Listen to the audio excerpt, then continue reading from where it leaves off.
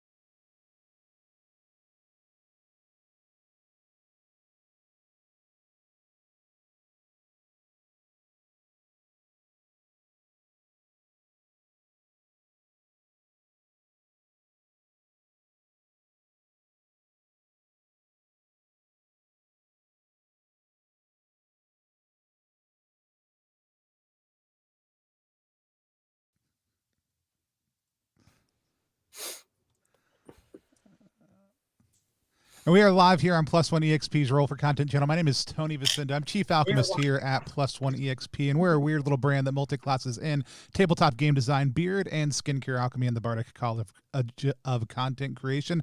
It was the longest pronunciation of college I've ever done in my life. Our hope and desire is to help amazing designers find great players who love their games, and to help amazing players find great designers whose games they can love. And we do that in a lot of different ways. But one of the ways we do it is sit down and play in the games with designers. Today, the game we're playing is a game that I designed. So I'm going to have to run tech and GM and all the other things. It's called Through the Void, and it is a hack of a game that we have live right now on Gamefound called Down We Go. So Down We Go is a old school flavored dungeon crawler set around the hungry, constantly shifting city of Infinitopolis. Through the Void, which started its life as Away We Go, is a space analog. So you're crawling through asteroids, old hulking space leviathans, visiting, what do you call them? The things that float in the middle of space? Space stations. This is going to be a great episode. Tony, you were out of practice today. and kind of goes into that. It's a one-page RPG. Unlocking it was part of our speed run goal. So this is the first time it's actually getting played, period. And we are going to stress test it using Ian Yusem's The Drain, which is a mothership supplement from Zine Quest 3. I am super excited to play through this. I backed it at a level where I have a poster somewhere that's got some kind of custom rules in it also too. Ian said, what kind of custom rules do you want? And I said something about beards, because I just got to stay on brand. But our characters are going to be prisoners from the Preco Corporation, who have committed some horrible crimes and have been sent to this ship to get their sentences commuted by getting to the kind of hub capsule of this very, very long, long-standing space colony ship called the Third Testament, and finding something at the end of it if they survive. It's a funnel adventure, which isn't a default setting for Mothership or a default setting for the way that you play Through the Void. So Ian did some amazing job writing up zero-level funnel rules for Mothership. And I then took them and kind of thought about how you would do a zero-level funnel. So everyone only has one hit point, but everybody controls numerous characters. Characters start off with less abilities than they normally would. So we're not going to do a whole lot of character introductions, but let's meet the people we are playing with. Also, we're going to be giving away a copy of The Drain live tonight. So I'm going to open up that giveaway right now, and you can type "Drain Me" into... into the what's so funny about that? I don't understand. Nothing I wouldn't drink to.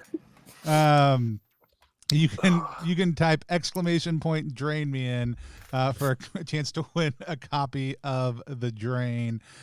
So go ahead and type that in. You do have to be over on Twitch to win. Also, if you go retweet the Go Live tweet for the stream over on Twitter at +1EXP. You'll get entered into a chance to win another copy that we are giving away. So there's 2 chances to win tonight, one by retweeting or one by typing an exclamation point, Drain Me, to get a chance to win a copy of The Drain by Ian Yusem for Mothership. We'll also drop a link later. Mothership is finally doing their long-awaited box set later on this year, and the Kickstarter follow link for that finally went live. Speaking of crowdfunding, because I just was, you can also help support the game that this is based on tonight by going to ttrpg.link/down we go /DWGLive and supporting the game. So let's type that in also too. And then let's talk to everybody. How's it going, everybody? It's going. With that said, let's meet everybody. Keegan, tell people who you are, what you do, where they can find you online. Oh no. Okay, cool. I'm Keegan EXE. You just can't find me today. That's where I'm landing. I'm not around anymore. I'm not anywhere. I'm a game designer though, and I'm going to be playing the entire cast of the movie Grease today. Well, that's true. If you do have something fun you want to share about your characters, you absolutely can. I don't want to block anybody from being able to share the good things that they have going on their character sheet. So, yeah, you're playing the entire cast of Grease. Is that you did mention beforehand? Are you playing 2 versions of Sandy also in there? Yeah, I'm playing two versions of Sandy and 2 versions of Danny. Both the beginning and end of the movie. The beginning and end of the movie. Excellent. I'm super excited about that. Let's go right below Keegan as the viewers see it, and that's to Ty. Ty, tell people who you are, what you do, where they can find you online. Hello, I am Ty. I use he, him pronouns, and you can find me online on Twitter at Eldritch Mouse, or in a random Discord, if you can find me, is where I will respond to you. I make little games sometimes and release them, so yeah, follow me, I guess. You can perceive me tonight only. If you capture Ty on a Discord, he has to give you a game before he is released back in the wild. Yeah. So he's beholden to it. Awesome. And then we've got another one of the contributors, because Keegan is doing something for Down We Go also too, but the one whose stretch goal we are currently unlocking. So hopefully they get to be a contributor. And that's Sarah Brunt. Sarah, tell people who you are, what you do, where they can find you online. My name is Sarah Brunt. I am a ttrpg writer. I co-write Planar Compass with Dan Wilson, and right now we are hoping to reach the stretch goal so that we can contribute the plethora of planes, some planescape flavor for Down We Go. I'm very excited about it. We've got a lot of really rad stuff cooked up for it. What is one of your favorite planes that y'all have cooked up so far? For that, yes. there's a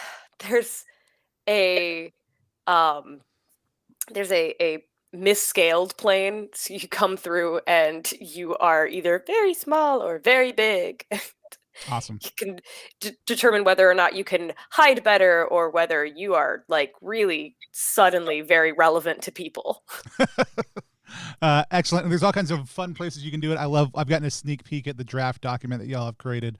I am super excited about it and can't wait to see what we do. We are like $210 or something like that away from that stretch goal. So we're very close. It would be awesome if we unlocked it on stream tonight. If you haven't, back to Down We Go. You can go to the link right below Ty's face or type in !DWG to have a link pop up in the chat. And also, if you just joined us, hit follow, type in !Drain Me to get a chance to win a copy of The Drain. I don't know why you guys giggle every single time. Next up, we have Raph. Raph, tell people who you are, what you do, where they can find you online.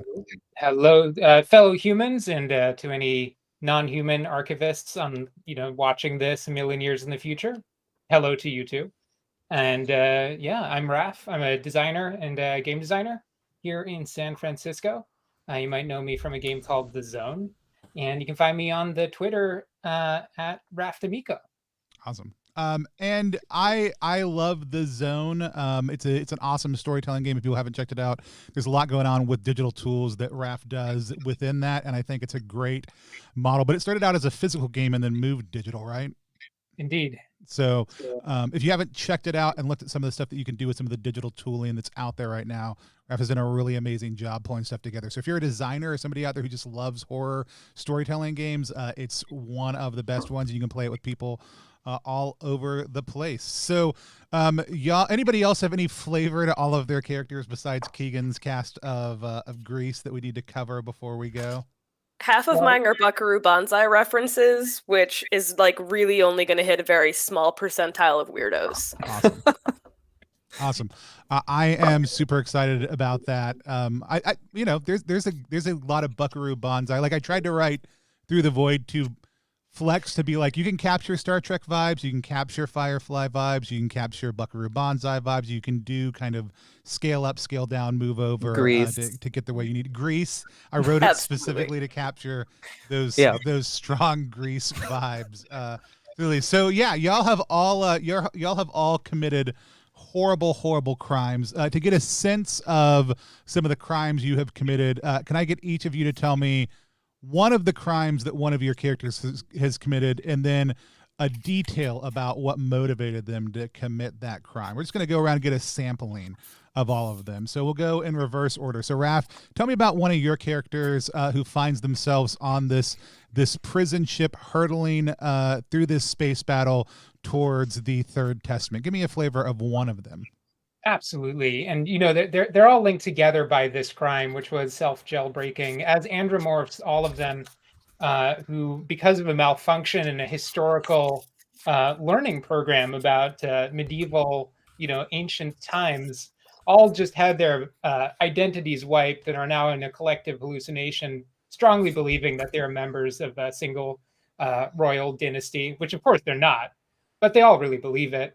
So the self-jailbreaking was the beginning, and it's just been a disaster ever since. And all of their crimes have come after that point as they've tried to survive in a hostile world. So they weren't breaking out of jail; they were breaking their programming, and that has created this communal delusion. I love it. Sarah, give us some of the flavor of one of the crimes that one of your folks committed. Z10 is at the Preco facility for impersonating a human. For whatever reason, I don't think they did a very good job trying to impersonate a human, because the only human-like thing that they have on them is an IV bag of blood. That's it. So, musculature, no. T-shirt, no. Bag of blood, yeah. So they got up there and they were like, "Are you blood. human?" And they were like, "I'm a human," and just like, look at how human I am. I bleed. Ish. Excellent. I have at least 1 quart of human with me. Believe me. If you stab me, do I not bleed? do I not spray some blood at you? Ty, how about you? Give us a little bit of that flavor on one of your characters. So one of my characters is called the Bulldozer. You might be surprised to find out that he is a medic, and he is locked up for fortune telling. He loves it. It's a hobby. But rather than, stitch people up, he will force them to have their fortune read first. And he has a 0% success rate because his fortune tellings do take 3 hours. I have a confession. I also have a bulldozer who has done the same things, and I'm going to call him Bulldozer 2. His crime, identity theft. Excellent. And then Keegan, pick one of your favorite members of the cast of Grease and tell us what they've done. Yeah. So I have Danny Zuko, obviously, and his crime is piracy. He, of course, needed the best possible ship for the T-Birds, and the only way to get that is through piracy. But he did leave a calling card behind, so was it a switch? Real easy catch. Yes, it was. For sure. Cool. Y'all have all been informed of the stakes of the mission. So y'all know that you are being dropped into the system and told that you need to board the Third Testament. Does anybody out there have a character who might be aware of this mysterious kind of quasi-religious rumor of the ship, the Third Testament? Yeah, I have a character named Jitters who is a verdant mystic. Okay. So the Third Testament, there have been a lot of rumors in occult circles for years about what it is, about things that go on there. There are these kind of snippets of radio signals and other things that have been captured over the years that people have put together, and they talk about the Third Testament. And there's purported to be all these different things on there. There's a lot of different rumors, but in classic Down We Go and Through the Void thing, Jitters has heard a rumor about what is on here. Now, there is an absolute plot point to this. We're still going to use all the drains, normal stuff, but since we're matching both the systems up, we use the loot as lore system for Through the Void and Down We Go. So what is one of the rumors that Jitters has heard about what is on board the Third Testament? I think Jitters has heard that there is a prophet of some kind that is willing to tell your future one way or another. Awesome. And so Jitters has heard that there's this prophet that is on the Third Testament. Anybody else have a character that would be aware of the Third Testament for any other reasons? I also have a verdant mystic. I've got a fellow named Stiggs who has abilities relating to hacking, so he might have stolen some information clandestinely. Ooh. So let's do that. Let's say you've heard a radio broadcast. What did that broadcast entail? And what rumor does it make Stig think about is there on the Third Testament? He's heard that the prophet can only tell a true prophecy about someone that is not a robot. Okay. Is that they can't or they don't? I'm just trying to figure out how horrible of a person this mystic is. Well, you know what? Maybe he's robo-racist and he does not. I'm trying to figure it out. We'll find out. I guess we'll play and find out. By the way, if you just joined us, you can hit follow here on Twitch and then hit !drain me in order to get a chance to win a copy of the Mothership module we're playing through tonight using the Through the Void system. As we go. So y'all all have, as you kind of come into the system, you can hear the sounds of like space battle all around you. You can hear the ship kind of being rocketed and buffeted. There was, you were set kind of on an auto, like you guys don't have a pilot. You were set on a course here. You're coming out of kind of a limited stasis that kept you sedated during transport. Again, your sentences will be commuted if you manage to get on there, make your way to the module, retrieve the information they've asked for, and then escape. How that's supposed to happen, no one's quite explained to you, but it's better than a life in prison. You've each been fitted with a command collar and a Preco battle dress. So a couple things to know about both of those things is one of them is just legitimately a tinsel collar that comes out of a tinsel halo that comes out of the back of this, letting you each know who the members of your party are. The command collars, there is one master collar that Ty, roll a Raph, roll a D10 for me and pick one of your characters that is that D10, and they're gonna have the master command collar on them.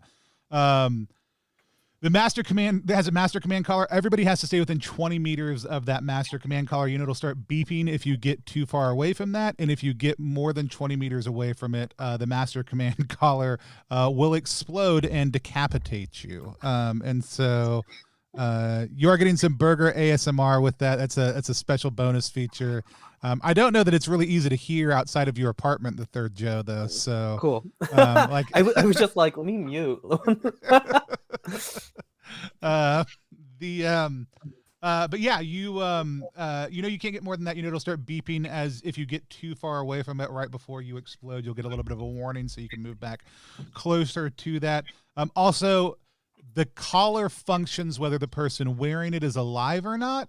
The person wearing it does have the ability to shock anyone who is coming at them to try to do anything about that, though. So you can incapacitate anyone coming after you to get it. Raph, just so we all know, because it will be obvious, who has the command collar or the master collar on? Well, it's Viscount Samba. Why is Viscount Samba? What was Viscount Samba's? Well, let's not worry about crime right now. Why was Viscount Samba entrusted with the master collar?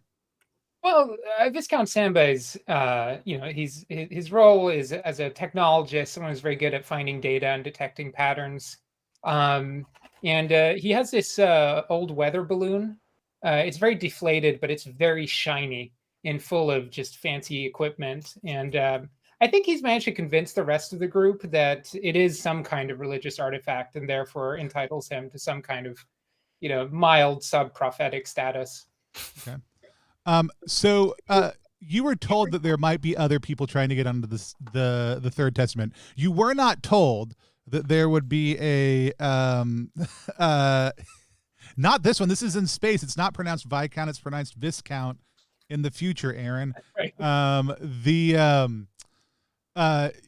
You weren't told that it would be quite this bad. You can see that there is basically a giant space war raging all around you. It sounded more like a land rush. This is more like a naval battle. So, you come out and you can kind of hear around you the sizzle of different weapons through space. The ship is being rocked and buffeted as it starts to take damage. What do you do?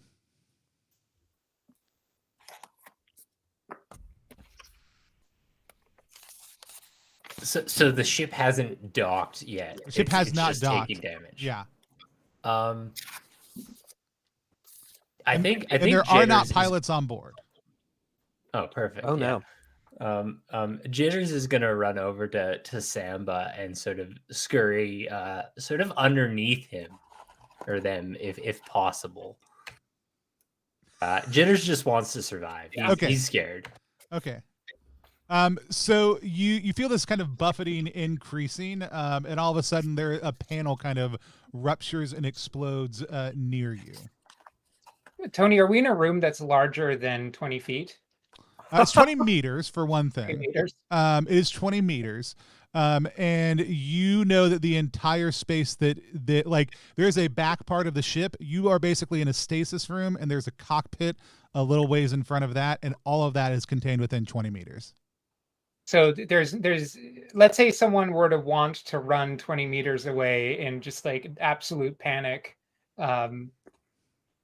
They would have no ability to do so. You could get 10 meters. I mean, you could make it so that because it's a well, I guess it's 20 meter radius. So no, you could not get far enough away that it would start killing people right away as we started.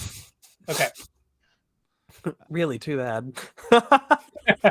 Does anybody have a background in piracy, or does anybody have a background in any kind of piloting?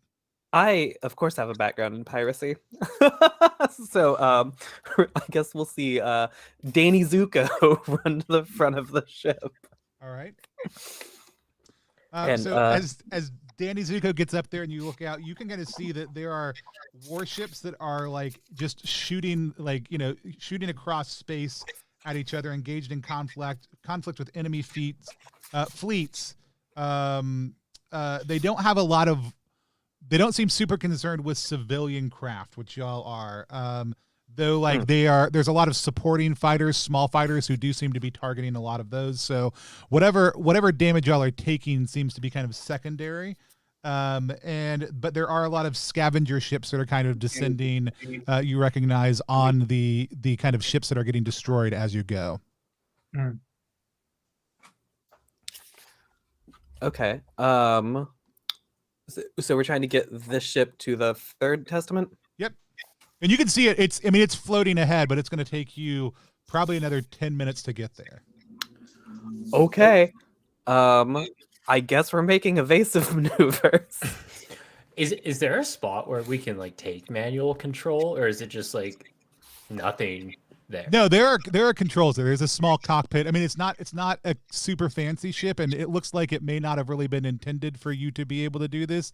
But there are limited controls that somebody with a piracy background would know absolutely how to be like. Here's the things you connect to make this ship fly on its own and not. Yeah, I've hot-wired the ship. Yeah, you've hot-wired this exact model of ship before, and so it's not a major issue for Danny Zuko to get control and take the wheel. So yeah, if you want to make for this, you could if you want to look at kind of think about it strategically, it could be a recon roll. If you just want to operate the ship, make a straight up tech roll.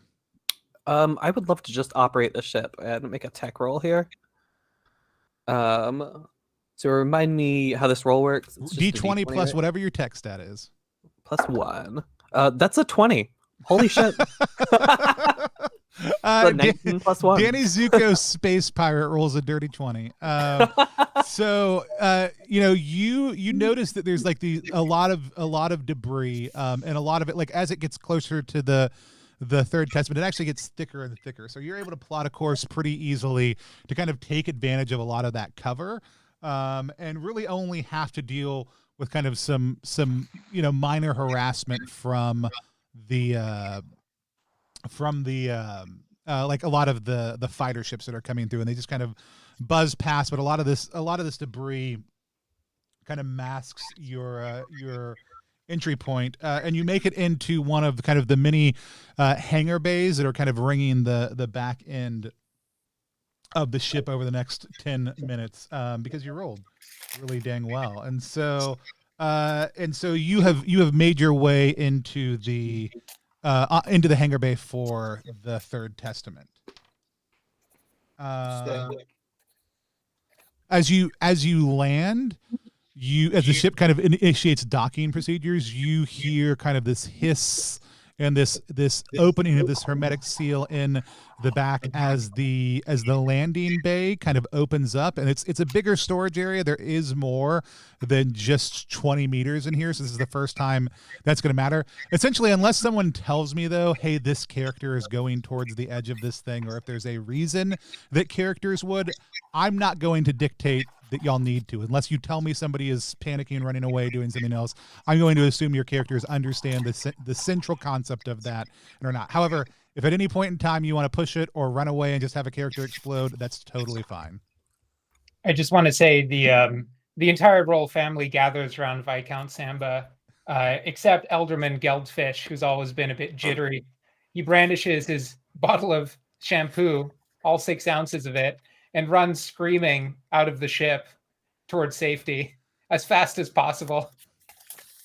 This is the elder, not the Viscount, correct? This is Elderman Geldfish, one of the less appreciated members of the family because of his long rambling stories that he tells at dinner, that are all made up and everyone knows it. And he's a bit jittery, so of course he can't take this pressure. So you watch 15 meters away, you hear a beep beep beep beep beep beep beep beep, and it's getting higher and higher and more frequent for that next 5 meters, and then all of a sudden, pop! There's an explosion, and then there's a body of the elder on the ground and a head that's nowhere to be seen. You can go ahead and mark that flip that character, delete that character, mark deceased on the Excel sheet, whatever you want to do. The head is nowhere to be seen. The head is nowhere to be seen. Oh, okay. I'd like to add the detail that he falls to the ground headless, but the bottle of shampoo rolls to where his scalp might have been in that position and just leaks the slight amount of remaining shampoo and conditioner 2-in-1 onto that exact spot. He's got the head and shoulders. Just the shoulders, I'm afraid. Just the shoulders now. Just a reminder, anybody watching, if you've just joined us, you can type an exclamation point "drain me" after you've hit follow in order to win a chance to. I don't understand what's so funny to get entered into a chance to win a copy of this. You come into the hangar bay, and in front of you, you can tell that it just kind of opens up on the other side of this. There's a couple windows into this giant. The shape of the third testament is this conical this conical kind of cylinder that comes down to a point at the end. That's where the command center is. You're on the very back end of it right now, but it's an entire circle with artificial gravity created by spin. There's a long rod that kind of goes down the middle of it that kind of everything turns around. That looks like a black line across the sky, kind of punctuated with an artificial sun part of the way through the rod that lights up the internal side of the sphere. It's about 2 miles wide at its center part. Sorry, 2 miles long, and then about a mile across in this cone. So it's a fairly fat cone at the end here. And you can see as you look up and around, it's kind of punctuated into these zones also too that you can travel through. And as you come out, the back of the ship, this area is kind of right in front of you, right outside the doors to this particular hangar bay. You can see that there are what looks like there are some people off in the distance and off to either side, but right in front of you there, it looks like there are there's just craters on the ground. There's some flowers that look like they're growing out there. There are some very obvious limbs that have been scattered across the ground, and there's a giant church structure, like an old kind of ramshackle church, but about 10 times larger than you would normally expect, set back about a few hundred yards away, and that's what you can see as you look out. One of my characters, Fairy Tale, is going to wander out towards one of the craters and start picking the flowers. All right. So you walk out, you get to the edge of this crater, you're picking some flowers, and you get a handful of them. Perfect. Yeah. I mean, if you're just going to that nearest crater, right? Yeah, I'm gonna stay in the zone. In the zone. Are there any limbs nearby? You don't that you can pick up. Yeah. Same thing. If you walk to the edge of that closest crater, you can find like a foot and most of the lower part of a leg. All right, Z10 is like going to walk over and assemble a little limb collection. He just wants to be human, dude. Right. It's so relatable. Is Z10 the one with the bag of blood?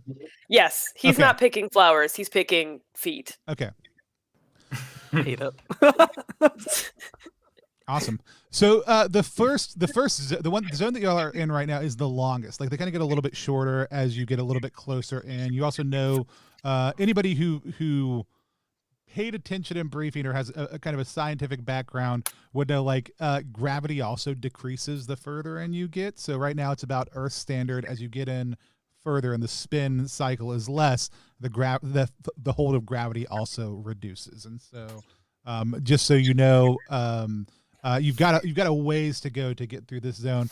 You can also see that each zone on the side of you are a little bit different. Like they're not quite like, as it goes around, you can tell that there's different kind of sections even within this zone that you can travel through. What is Viscount wearing? Like robes or like a prison outfit? Well, I think Viscount is wearing basically strips of the deflated weather balloon that he's fashioned into kind of a priestly formal wear.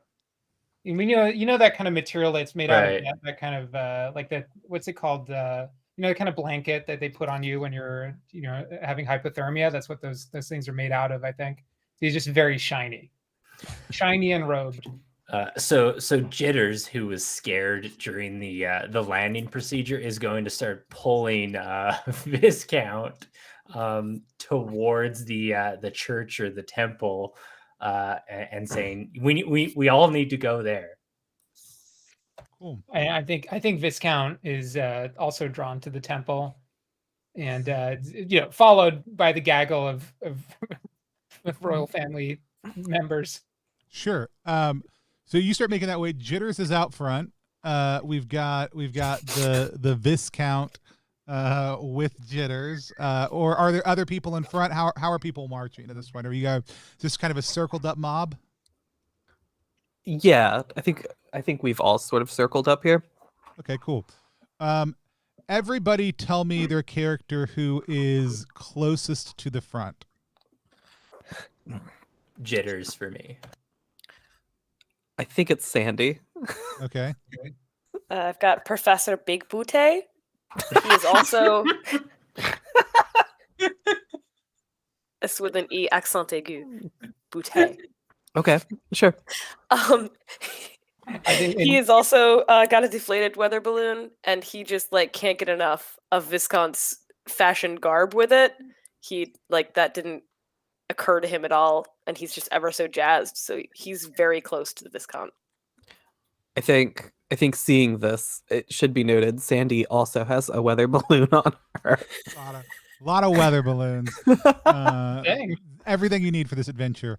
If those are your characters who are first out front, have each of them make a recon roll for me. So that would be 1d20 plus any recon you have, and tell me what you get.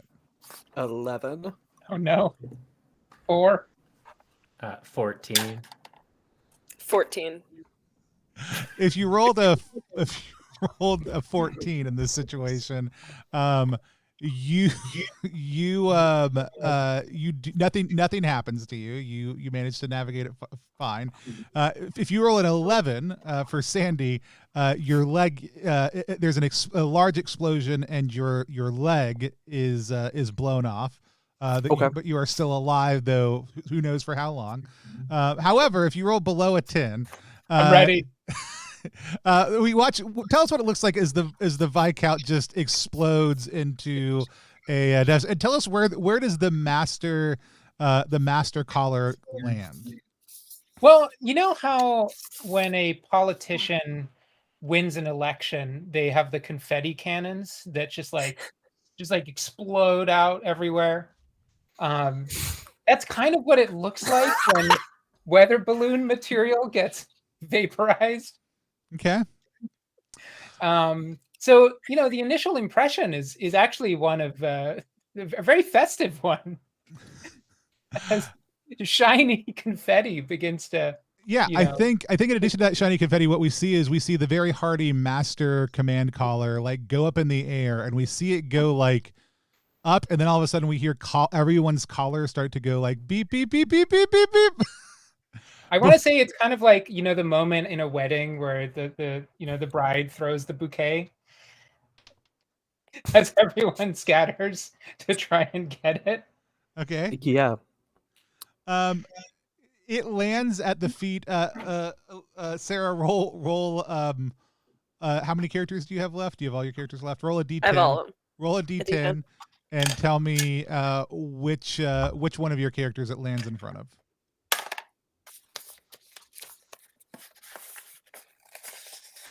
It lands in front of Scooter. All right, so Scooter, the master collar, control collar lands right in front of you. All right, Scooter's going to immediately grab that, but he's kind of a bit of a shit, so buckle up. Classic Perfect. Scooter behavior. Sorry, He was arrested for failure to comply. Who made this character? Cool. So Scooter has the command collar now. Where was Scooter at? Were they towards the front or towards the back? Like his whole entire being is about just not doing what he's told. So he was not anywhere near the front. He was definitely in the back. Cool. That means that so for 50% of your characters, they start hearing their collars beeping. I need to be clear here real fast. You said Sandy's missing a leg. Yes. And her collar's beeping. Yes. Oh God. Okay. And if no one's helping her, I mean, she could just die in the next couple of seconds. I mean, also. Danny is right there, so I'm going to try to grab her and like run to safety with her. Y'all, what is safety? What does run to safety look like in this situation? Run towards the collar. Okay, so Danny's gonna heft Sandy back. I think that's totally reasonable. Yeah, even lighter right now. So yeah, she's not resisting at all, and so you're able to pull back to safety, and again, anybody who just wants a character to die, they can absolutely not move back to safety. Otherwise, you're able to get back and move back. However, it does look like about you saw 4 very obvious explosions go off. Two very obvious explosions go off, not near each other.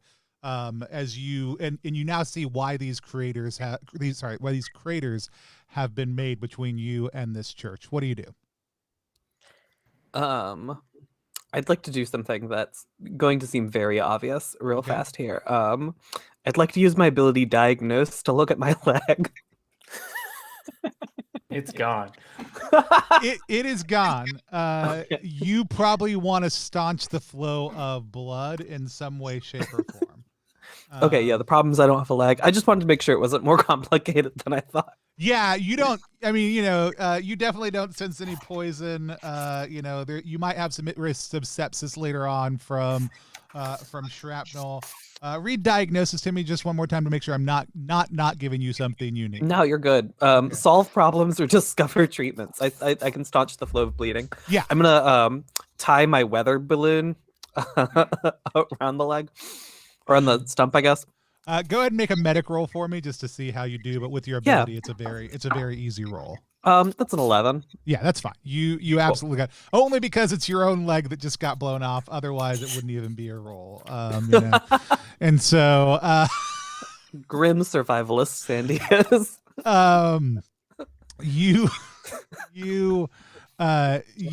So yeah. How's everybody proceeding now? I don't know how to tell you guys this, but Scooter is just like gently tossing the command control remote device like lightly in the air until he hears a slight beep from the nearest person. He's going to keep doing it.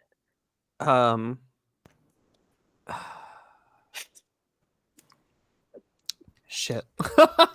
All y'all hear in the distance while this happens is like a rooster kind of gutturally crowing in the background. I think on my end, Earl Spork and Marquise Tenderloin, who both have the Tibetan Book of the Dead, are just performing last rites from the book for their fallen leader, Viscount Samba, pointedly ignoring Elderman Geldfish. And I want to say Marchioness Lorraine, who has a rare earth magnet and just really thinks it's the solution to most problems, is just doing this to try and like understand, just like walking around trying to sense whatever is doing the thing that caused the things to explode. Yeah. And I don't know what that corresponds to, but there's magnetic spheres around everything. Magnets. How do magnets work? I actually like the idea of heavy earth magnet, but it's just waving it around at everything, or is using it in an intentional manner. In Marchioness Lorraine's mind, it is absolutely clear that there's some kind of ethereal, electromagnetic force that has exploded us. Sure. And that the only way to detect it is this rare earth magnet. Sure. Okay. So it's very structured. It's very structured. But at arm level out in front of like you. This. It's like, okay. Good. I just wanted to make sure he wasn't doing anything actually helpful, and he's not. That's fine. All right, great. Jitters is going to run to Scooter, because Jitters follows whoever has the master command caller, and throw himself at Scooter's feet and just say, I think we need to move forward. You should toss the command caller forward, and then we'd have to run. Scooter is like delighted by this idea. That's such a great manipulation of the shitbag. He thinks this is fantastic. Scooter yells, "Puppies, go!" And he tosses gently, but not like he's not swinging for the fences, but just enough that he's going to get people to like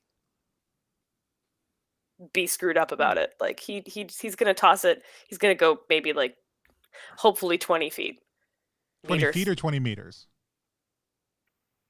He's gonna throw it 10 meters 10 just meters. to start. Awesome. Is he like running forward to try to catch it, or what is he doing? No, he's doing it like shuffle puck style. Okay, cool.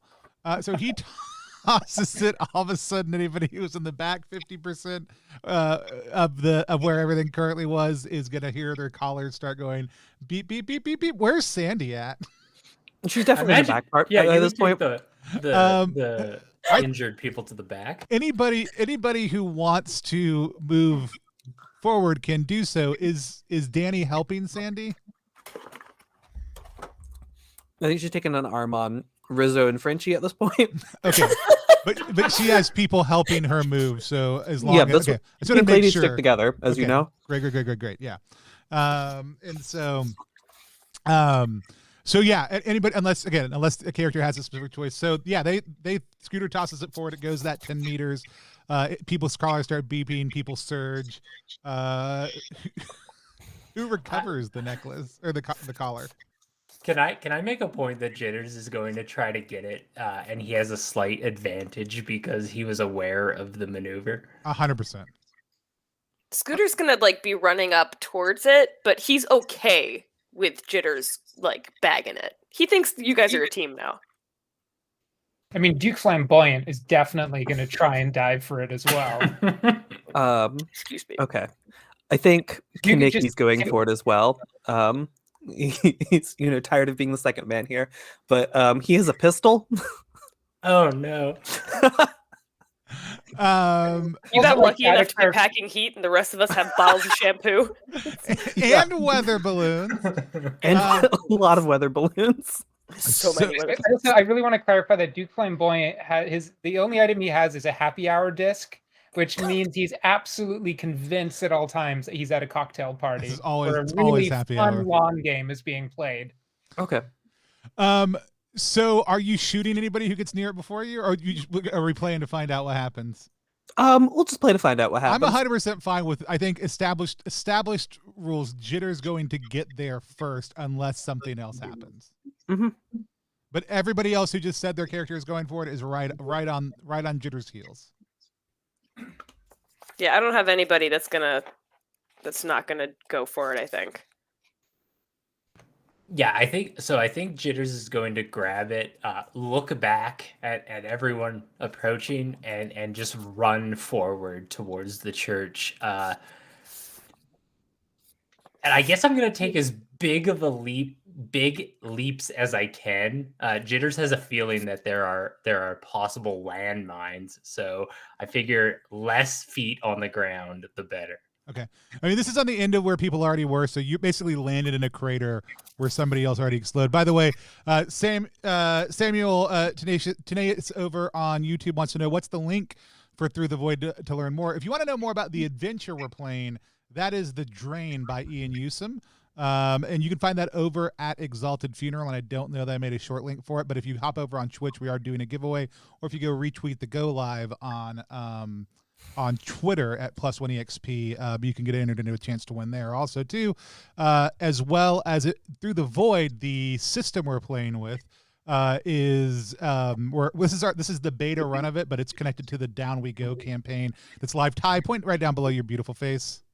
There's a link right there if you want to go check out the Down We Go campaign over on Gamefound. We unlocked it in the first 48 hours, and this is the beta. Not necessarily beta test, but the first playthrough in public of the game itself. And so if you want to, Aaron, if you drop me that link over on Discord, I'll put it in because I don't like spammers dropping it in. Aaron, how much do you have to pay to make Duke Flamboyant win? Look, anybody here who pledges at the $200 or $500 level right now, you can just pick who survives. That's fine. I'll sell it. That's okay. Or just like, I don't know, $50, whatever. Who cares? Gonna get in a fight in the minefield and just all die here. I don't know that anybody's going to make. Yeah, this may be a short stream. I don't know that anybody's going to make it out of the minefield. But yeah, no, you like tumble down into a crater, like as you land and grab the thing, and it's in your hands. Yeah, I will climb back out the crater and sort of look back to see how everyone is doing. and then just keep running with a self-confidence that no one's going to shoot me in the back. Can I have Duke Flamboyant, who is currently convinced that he's in a fancy game of rugby, just attempt to tackle him to the ground to steal what he perceives as the ball? Sure. You can make a well, this is the first PvP instance to any DWG versus or through the Void game we've ever had. Let's go ahead and say that's for you going to be a D20 plus Merc roll to hit. Okay, cool. So I have one Merc. Okay, so I roll a 16. Okay, and Ty, go ahead and roll versus your recon. All right. I rolled a 10. Yeah, you slam into the back of Jitters using a classic rugby maneuver from your younger days. You do have a function. You do have a hold of it, Ty, and I will remind you there is a function on here that lets you incapacitate anybody if you want to.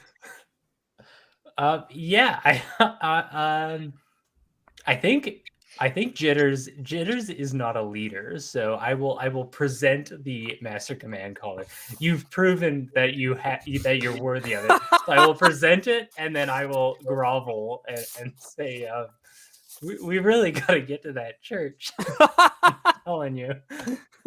In the Duke's subjective perception, the church is the touchdown line, and therefore he begins just absolutely booking it in that direction. Great. While the Duke's doing that, as everybody in the back's collars start to go beep, beep, beep, beep, beep. I think. Sorry. Keegan, roll a D10 for me. Yeah, that is a 5. Awesome. Halfway between you and the church, you see this van kind of come tearing across the ground, like coming down the side of the thing, following the curve of gravity. And you see explosions as it hits this section of the minefield, like popping up behind it. And then it turns around and flips over, and a bunch of people with kind of these big kind of vac suits hop out of the side of the van, and you're running up on them right now with the collar as everybody's kind of tailing behind you with these beeps happening. Okay.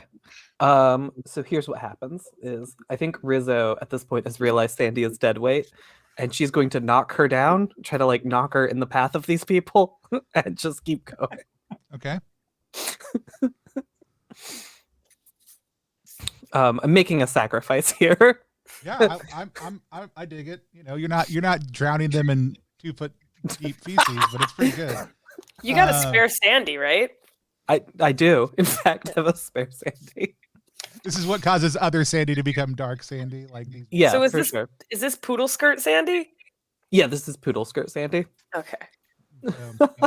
And I would say actually, Sarah, will you roll another D10 for me? Oh no. Every roll's been bad so far. Well, that was a random encounter table. It was going to be bad no matter what, so don't worry about that. I got a 3. Yeah. Yeah, so there's three of these individuals who have popped out of the side of this van.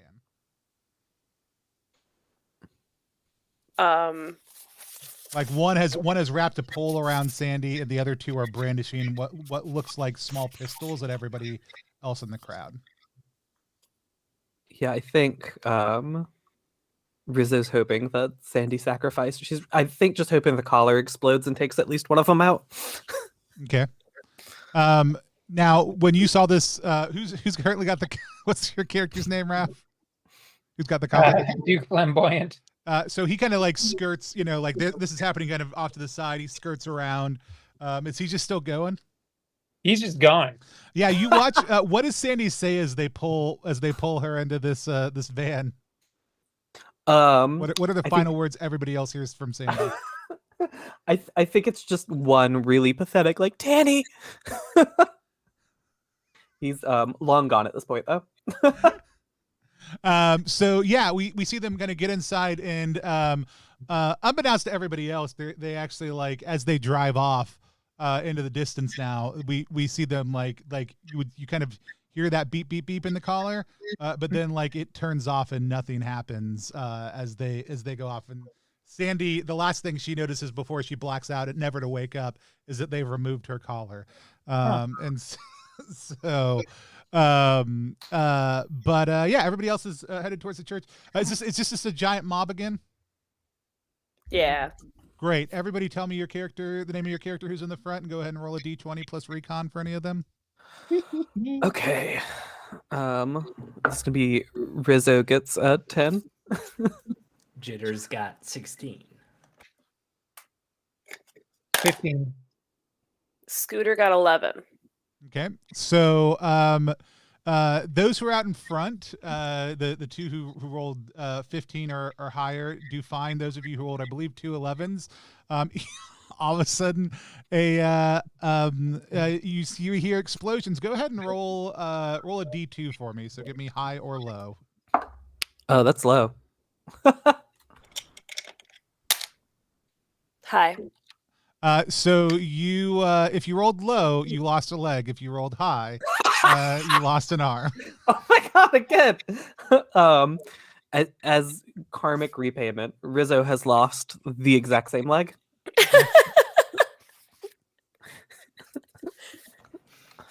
At this point, it's more of a numbers game. We just gotta get to the church.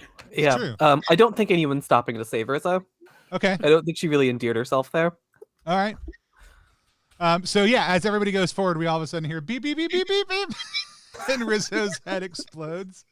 Sarah, your character who lost their arm is gonna be capable of probably keeping up if they don't stop.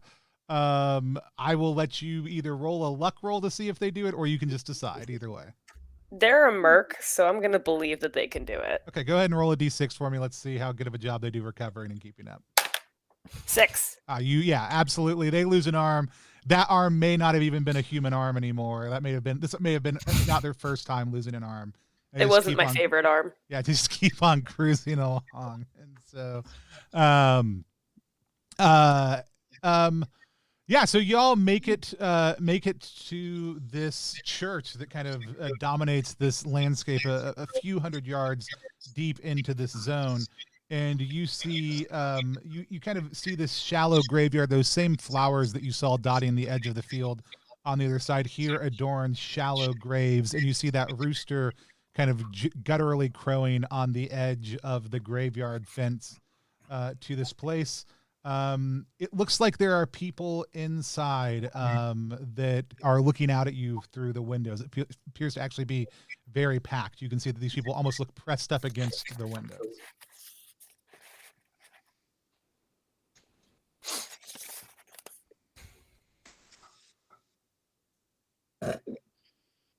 I think Du Flamboyant is still running, just Yeah. towards that entrance. Okay. Or seeing it as the touchdown line. Tony, you'll have to make a call on this, but Fairy Tale, who collected the flowers earlier, is going to head towards the shallow graves and the rooster instead of the door. Fairy Tale wants to catch the rooster, make a new friend. So I don't know if that's going to be 20 meters or not, though. I think you can make it to I think you can make it to the edge for that. Like it's probably one of those things where you may at the end, like you're beeping and probably trying to figure out exactly how, like if you can reach the rooster, but I think you can like get it up like, and as soon as you like get close and you start to reach your hand out, it just like hops to one further fence post away. Nice. Yeah. What do y'all do?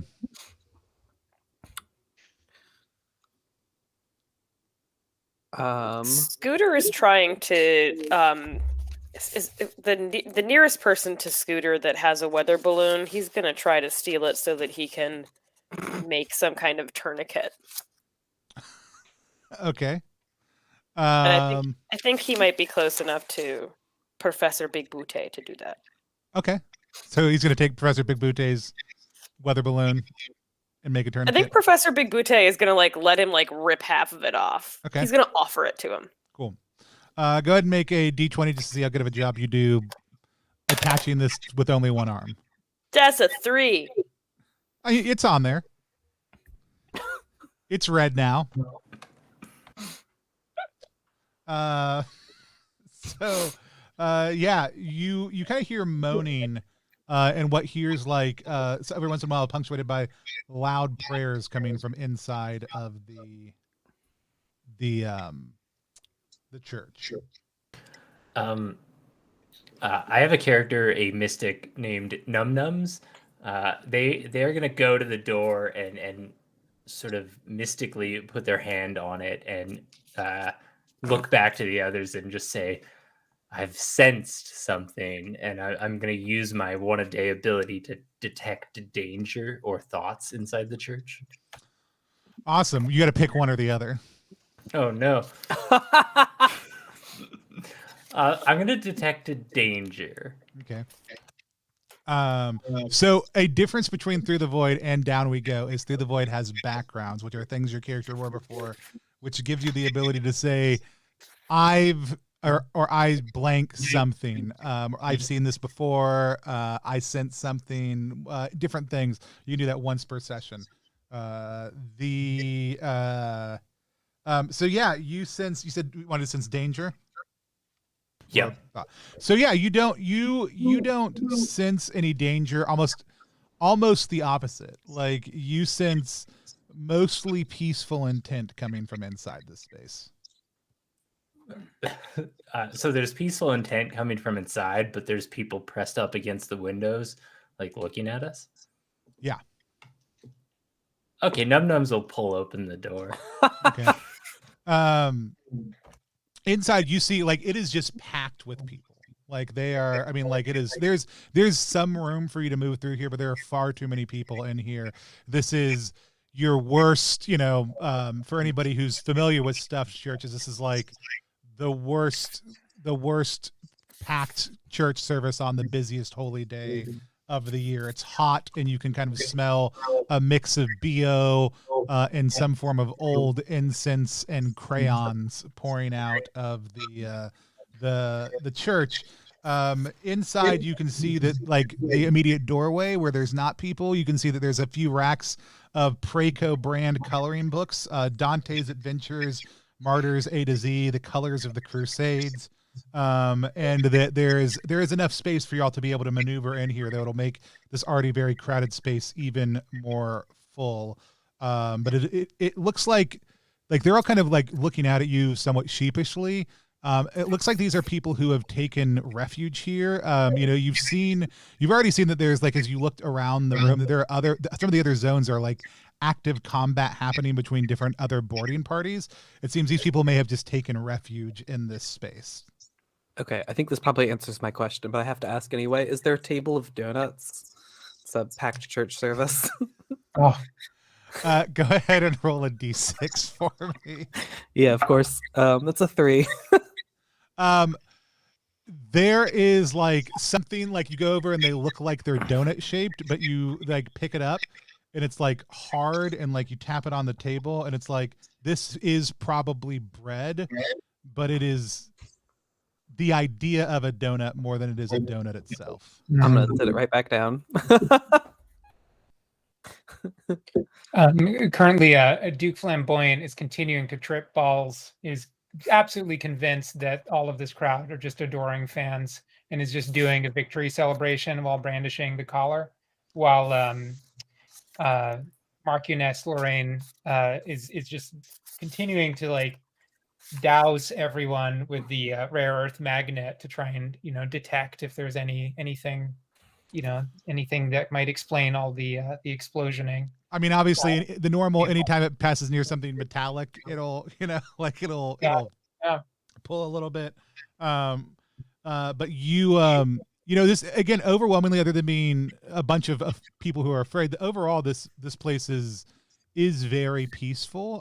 It seems like it's one of the safer spots, other than the people who just kidnapped Sandy. Like this entire area seems relatively clear of folks, and so like it looks like they did hear anyone you talk to, like it's like how's it going? Is it okay? You notice that they're all wearing Preco brand merchandise also too. Like you were being sent here by Preco the chalice, but it looks like this is like they have sent numerous people here, and this is obviously like they own this ship, and so these are all people who are here, either other prisoners working this land. Probably both of those things are simultaneously true. And so you you notice kind of all that as you make your way around. There's this huge kind of pews have been moved kind of around and create different kind of seating areas. Looks like different people are sleeping. There are some other wounded here. There's a big organ that you can see like the pipes for coming around, a large pulpit up and back, and then there's a couple other kind of functionary rooms in the back of the building also.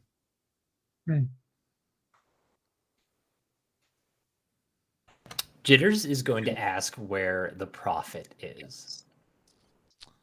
Oh, the prophet isn't here anymore. The prophet went forward. Went forward when? How long ago?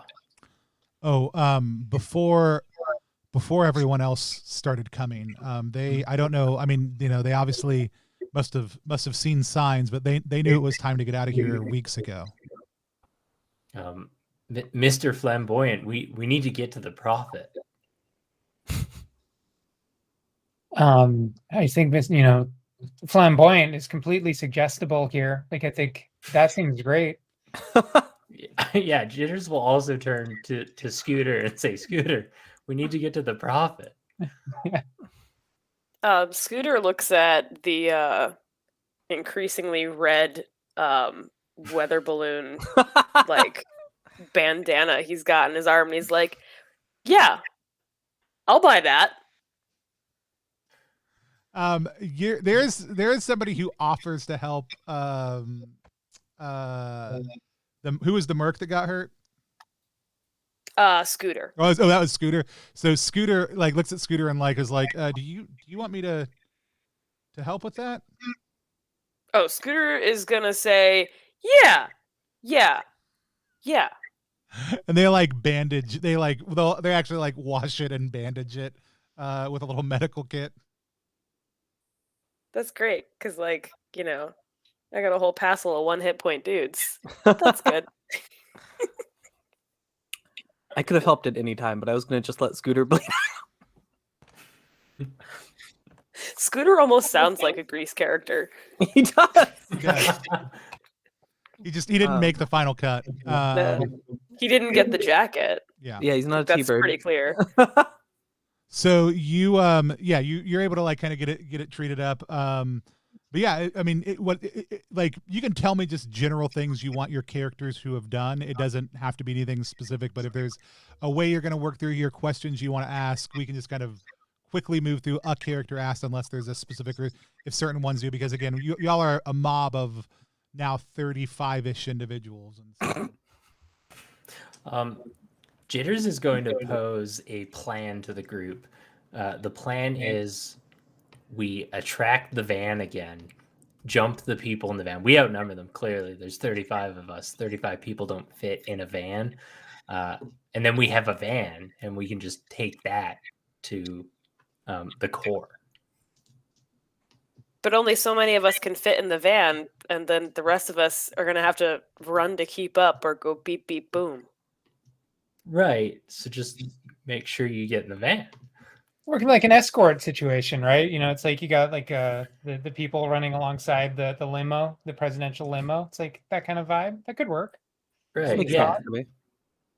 Very garbage truck. It's the worst that could happen. And they have guns and we have 35 people. So I think like those two things sort of will eventually balance out. Apple Sizzle is gonna say, no, I think I saw somebody else with a gun around here. You can see Kaneki sort of push it into a pocket. It would be Kaneki. Apple Sizzle actually is really intrigued by how packed in the church is, because he was arrested for unlawful use of a crane game. So if there's any shiny nugget amongst those folk, he's zeroing in on it. I mean, it might be easier to tell if you got up in the choir loft where the organ is. Mm. If that's Sizzle's perspective, like that elevated position might help. If that's not 20 meters away from the beep beep boom, then Apple Sizzle If will. everybody's still towards the back, yeah, you can get up the side stairs into the loft real quick. All right, so he's gonna go up, try to get a better vantage point. Cool. While you were up here, just go ahead and make a D6 roll for me. That is a 2. Something looks a little bit suspicious about the altar, but that's, yeah, I mean, you can't tell exactly what. I'd like to. Is it possible that Apple Sizzle could use his Legion officer ability and gain critical knowledge? Absolutely. What is tell me more about what specifically you want critical knowledge about, and then there's a couple things in this room you could gain critical knowledge on, and I'll figure. He's focused on the altar.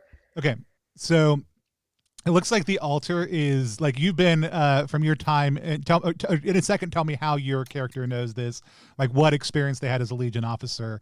But it looks like that altar is obviously designed to be slid to the side in a very specific way. Like you can't tell when you're on level, but now being up here, it's very obvious that it easily slides over. What's an experience that they've had that led them to have this knowledge? What was it in their background that let them notice this? It's got to be that clandestine crane game like life that he was living. Oh no, it has to be from being a Legion officer. Sorry, it has to be from being a Legion officer. Tell me a story of your time in the Legion. Well, one time in Legion, I spent too long at Chuck E. Cheese. I got addicted to the one-armed bandit. The claw. He in the past as a Legion officer, when he was doing missions infiltrating some underground insurgents, there were some tunneling hiding folk, and they would hide combat smuggling. So they were finding people and treasure and hidden supplies. So he's a big he's used to looking for a hiding spot. Well, yeah, absolutely. So yeah, you notice that there's obviously something that slides there. All right, he's gonna yell that down to Jitters. Oh yeah, Jitters is all over being bossed around. Yeah, I'll just run for the altar and shove it and push it and pull it. So you get about 15 meters away because it's about it's a little bit further, and your collar starts beeping. I'm going to suggest to whoever has the master collar that if we go really fast, when we get the van later, we'll have 2 fewer people.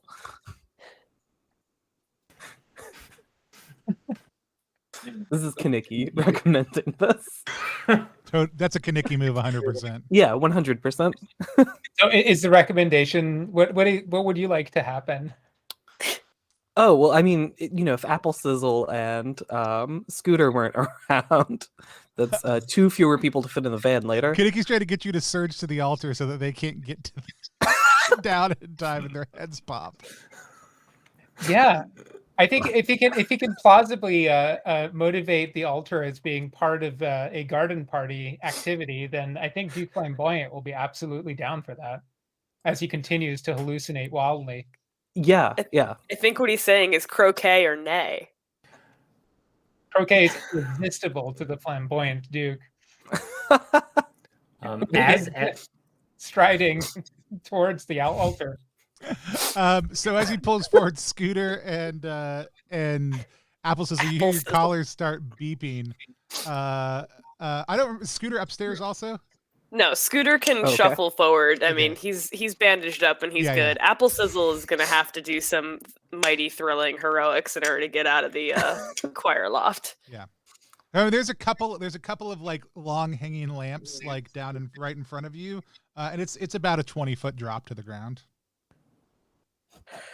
All right. Yeah, Apple Sizzle is gonna dive for one of the lamps. Okay, it's gonna be a recon roll, so D20 plus recon. All right, so that's an 18. Okay. Yeah. I mean, you grab it and you swing forward. I actually think with an 18, like it pulls out of the ceiling, like getting you to like an easy, like, hey, your feet are 5 feet above the ground drop. I do have to point out that Fairy Tale was outside trying to get the rooster and was at the maximum distance. I just So assumed Fairy Tale had come back at some point in time. No. Yeah, so we see Fairy Tale has like leaning head back, feet forward, arm out, trying to get to that next fence post, when all of a sudden, like, the last thing they see is that rooster hop one more post away, and then their eyes become red mist. Oh, no. Poor Fairy Tale. Still one fewer person for the van. And so yeah, so anybody who wants to move with it is going to move with it. Everybody except for Fairy Tale has made it in and up to the altar. Do we know where the van is? Sorry, is the van a theoretical construct at this point? The van's a fully theoretical concept Yeah. at this point. Right. It's the thing that took away Sandy. So you get up to the altar. You're able to I mean, it's like you put your hands on it and it slide. Like you see people around you like gasp and kind of like look at each other, like, you know, it's obvious they knew this would happen. It's very surprising to them that y'all figured out this would happen. But there's a long tunnel down beneath here. Is it like a straight drop with a ladder Nope. or like stairs? It's like a set of stairs. There's a substance y'all have heard about on here that allows people to, like, it's a material that lets you kind of shape things automatically, and it lets you control kind of like the dirt and other stuff like that. And it looks like this has been packed using that.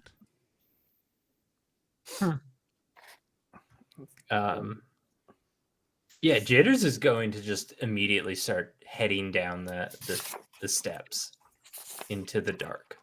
Okay. Yeah, I'll follow. I think the royal family follows also. If the collar's like control is going, then everybody I've got's going. Yep. Cool. So down we go. So down we go. So y'all head down the down into the kind of darkness down here. It's punctuated by lights every so often as you go. Like you can see it a little bit in the distance, but other than that, it's pitch dark, kind of between those lights. And you just, you know, you're walking for a good long while. If this was Mothership, I would make people make a sanity check or something, but you know it's not, so none of that's going to happen unless you tell me one of your characters freaks out. But you all of a sudden it ends, and you have another set going up, and there's wood with a very small amount of light, and looks like hay coming down through it above your heads. All of a sudden, what do you do?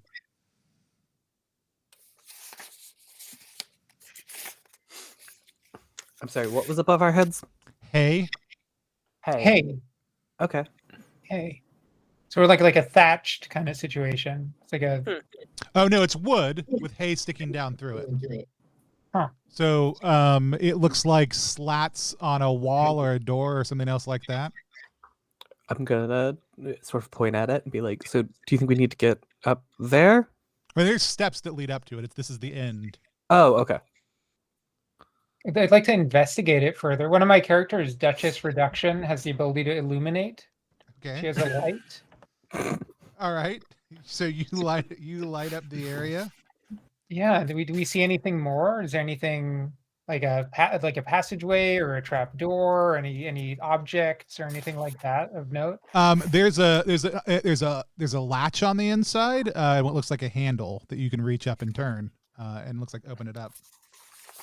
Huh.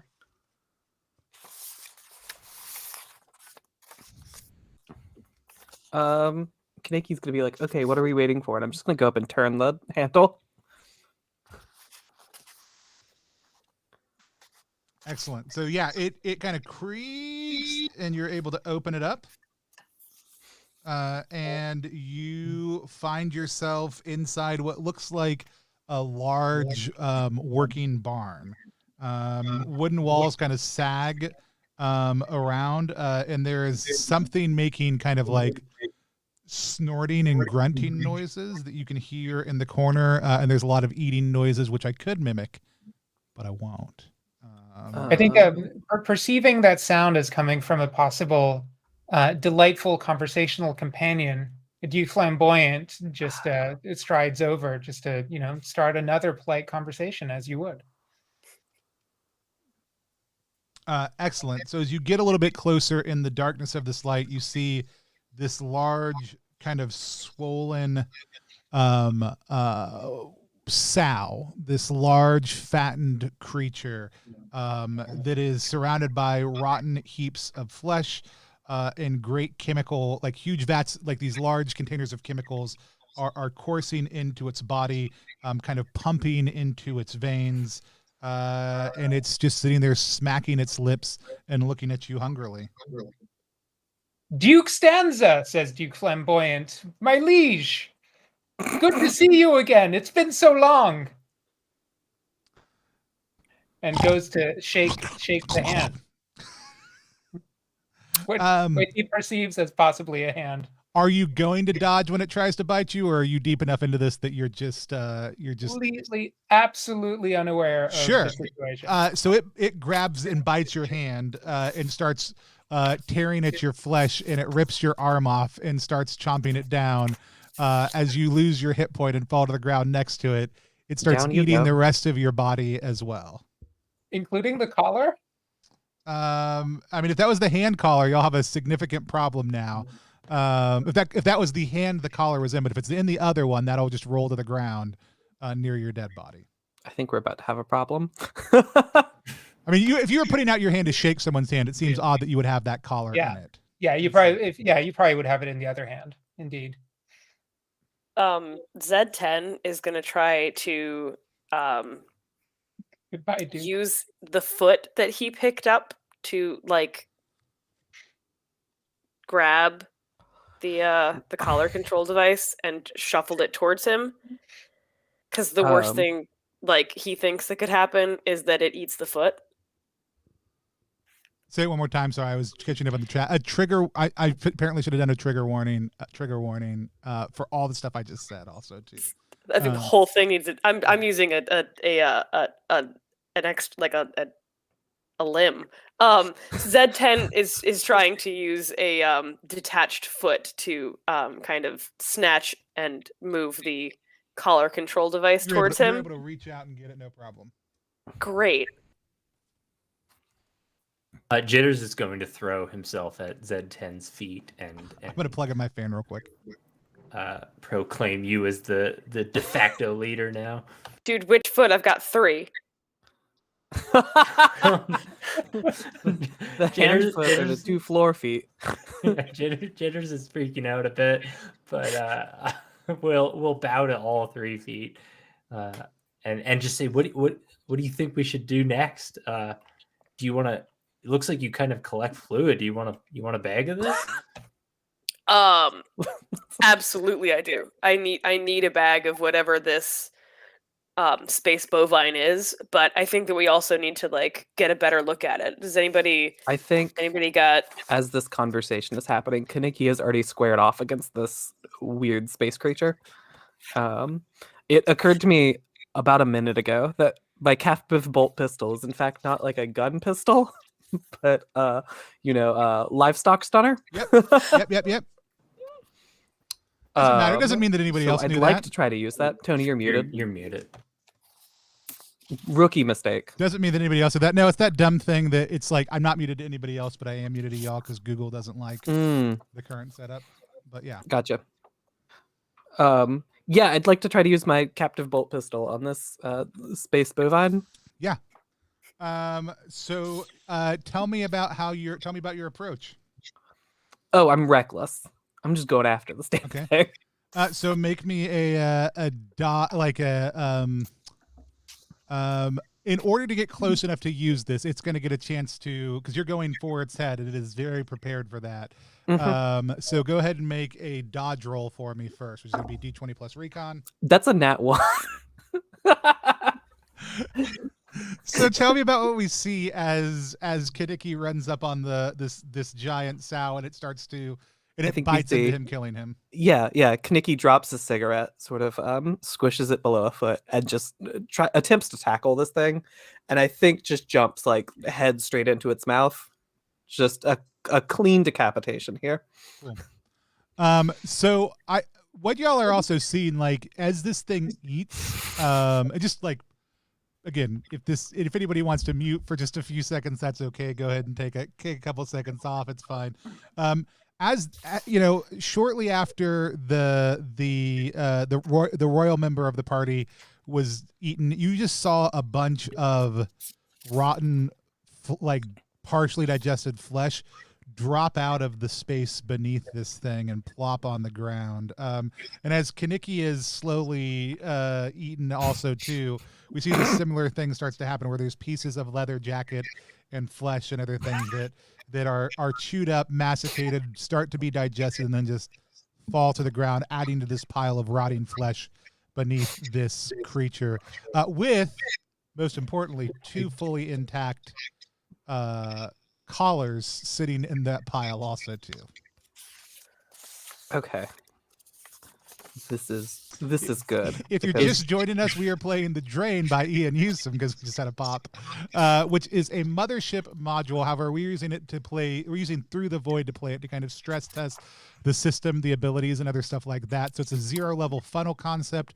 So we've got roughly 30-ish characters left in play, which I think is high at this point. So you all are doing a great job, or I'm doing a really bad job killing you quickly enough. And yeah, they're on a giant prisoner / colony ship with a whole bunch of weird stuff on it, trying to make it to the lead cover. If you want to know more about the module, I'll drop the link in just 1 second. If you want to know more about the system we're using to play it, it's part of the Down We Go campaign, which is live right now at ttrpg.link /DWGLive. But you can also win a copy of The Drain by Ian Yusem if you hit follow on Twitch and then you type in !drain me. All right. So there's 2 collars underneath the creature. Who's got the control collar? Is it also just hanging out there? Oh, Z10 has it. Z10, yeah, picked it up. Jitters will turn to Z10 and say, do you think 2 collars is enough for this thing, or do we need 3? Can I just say, while this at the moment this question is asked, Queen Nubnub, who had long pined over Duke Flamboyant from a distance, and who has a bag of blood, walks over to his, what remains of his corpse, and just in a haze is like trying to just like push the bag against like a stump, just like, yeah. So tell me what it looks like as she's doing this. Tell me what it looks like as the sow reaches its head over and bites into her. Exactly. As she's trying to just like, maybe if I just press this bag of blood against the stump, I can heal Duke Flamboyant. She's also just cut in half, basically, as the sow decides to bite from the middle. Cool. Thus causing 3 collars to be available. Yeah. Well, I think what we see is like half the body fall into that slump, and the second half of the body gets pulled up. So there are 3 collars, though one of them is attached to the dead, lifeless upper body of Queen Num Num down there also. So Zed, in his robotic voice, turns to Jitters and says, I suppose we now have 3. Do you think we need 4? 3 sounds good. I defer to your knowledge. We all turn to look at Sunny.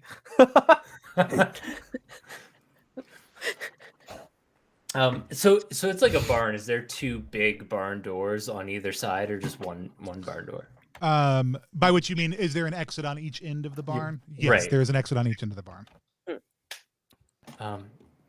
Yeah, I don't think we really need to do anything else. This is kind of set up, ready to go. Do you want me to take the lead, boss? Yeah, Zed's just gonna say proceed. Yeah, Jitters looks very happy to take an order and will blindly run for one of the barn doors, just assuming that Z10 is going to follow. Yeah, Zed's going after him.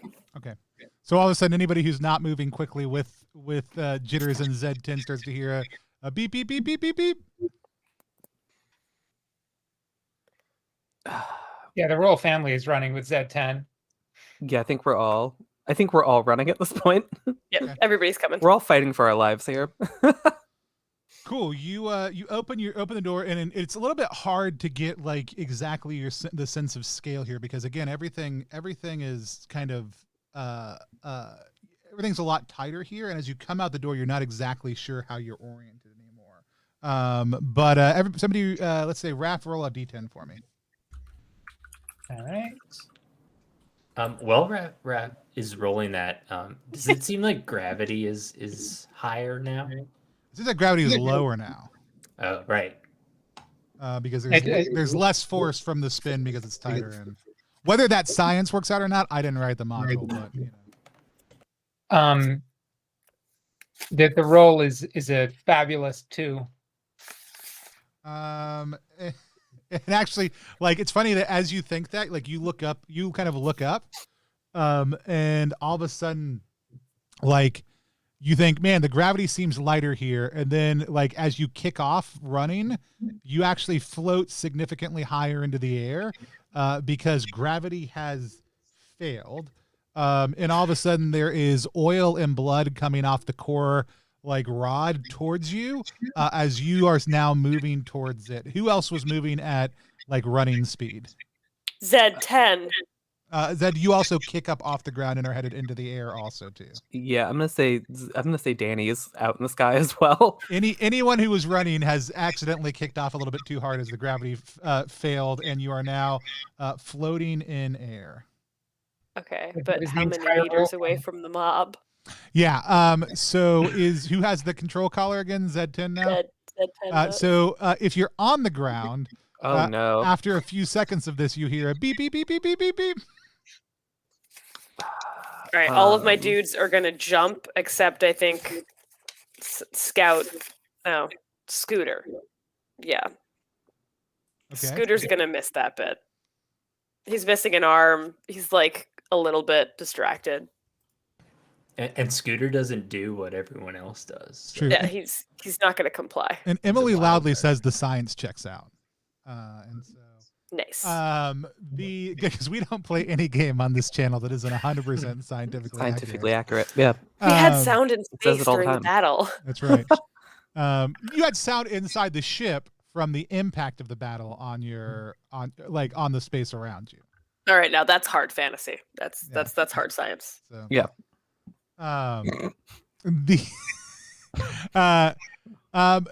It lasts for about 10 more seconds, and then all of a sudden you feel the gravity return down below you. So anyone who is in the air now, you're going to start plummeting towards the ground, albeit at about half of normal gravity. So it is like a 10-foot drop, which means as long as you're properly oriented, you're going to land fine. So does anybody have a character they're worried about not being properly oriented based on that? I don't think Sunny is properly oriented. Sunny is upside down.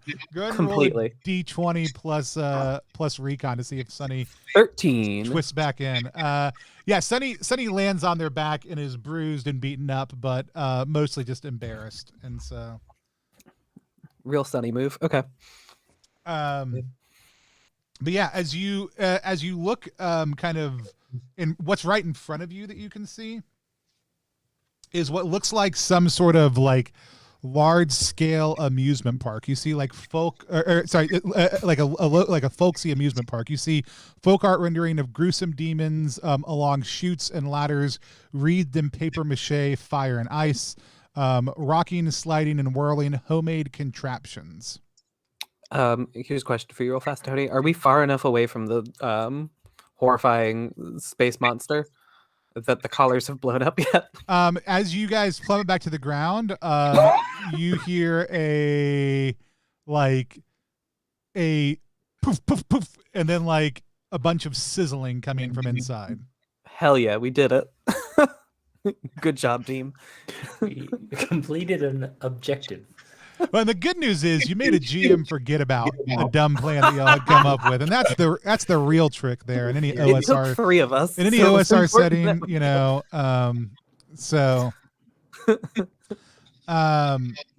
so yeah, y'all hear that explosion behind you. Do y'all do anything about that, or No, we just keep going, I think. okay? Mhm.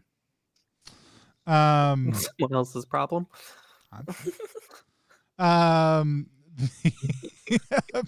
You heard the queen yell something at the last second as the collar explode. I'll let their player decide if they want to say anything specific about that. You also hear like chatter all of a sudden queue up across, like start coming out of your comms for a second. Somebody roll a d10 for me, Elizabeth or Sarah. Sorry. 6. You hear a science fiction radio play like erupt into being, and it has there's a tense but optimistic moment of first contact with some sort of alien beings on a faraway planet playing out over your channels for just about 30 seconds. Did we know these collars had like speakers on them? Is this the first time we've seen this Well, happen? you've heard them beep. Okay, fair. This is the first time you've heard anything else come out of them, though. Okay. Huh. So I have the tech ability repurpose. Okay. Let me find it. So I can use equipment to do the unexpected. Okay. Can I try to like rig this collar to let us communicate back to the radio station? You can try to fiddle with your collar if you With want. my own collar. Now, you were specifically? told fiddling with collars will cause them to explode. Perfect. Okay. You with your own collar? Yeah. just working by touch there. Yeah, completely. So you there's a couple buttons along the side that they used when they locked the collars onto you. Mhm. Like it's a sequence of 6 buttons. And you're like feeling around on them, and you like press down a couple times, and like just you're messing with them, and then all of a sudden like you hear the crackling on your collar from the radio stop, and everybody else's ends too. Perfect. What do you do? Oh, be like, hey, is anyone there? I'd like to leave. This isn't fun for me anymore. Have you reached the command center? No, but I don't think it's important anymore. I'll just serve my jail time. Well, I was only guilty of treason. That's fine. This is the ship that you've been assigned to for the rest of your sentence, so that's Look, fine. I'd like a different sentence, I think. I don't know if you know anything about how jail works, but that's not it. It was worth a shot. Let us know when you've reached the command hub, the command head. Yeah. Okay. Shit. Hearing this, the royal family is like, these plebeians misunderstanding the importance of the chain of command, even though. All of a sudden, fireworks start shooting off over your head above some of these rides, even though it's still very, very bright outside. It's a fairly impressive display. You see a carousel, a roller coaster, and you see what's something that's listed as the pendulum. Yeah. Is there anyone else around? Any punters? Any staff? There are people inside. Yeah, there are people kind of coming and going. Some of them going about their business as you would expect. Some who are on the ride, some who are running things as well. Yes. I mean, the rides look like a lot of fun. Yeah, which one looks coolest? Oh. I think we should try the. Did you say there was a Ferris wheel? I believe I heard that. I said carousel. I don't know if a carousel. Okay. Carousel, roller coaster. How many roller meters coaster, in then. diameter is that carousel? What is the diameter of all the circular rides?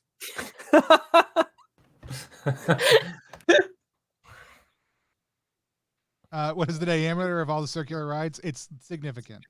You do see that it Perfect. looks like there is a all these people inside seem to be wearing the same uniform, and they don't necessarily like they're all interacting with each other. But as soon as you kind of come inside, they turn towards you in kind of a menacing way. There's a couple and large individuals with they've all got green like pieces of fabric kind of tied around their arms, and it looks like there's a bunch of prisoners who are headed your way.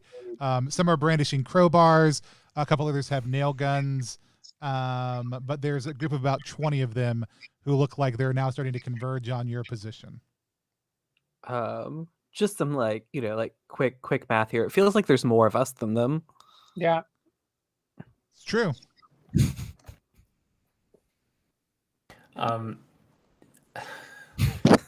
I think I'd like to hack one of the rides into some kind of weapon using Baroness Floppy Disk's cybercrime ability and her Holopet slickware item. let's step back. I love everything that's happening. So you roll a d4 for me.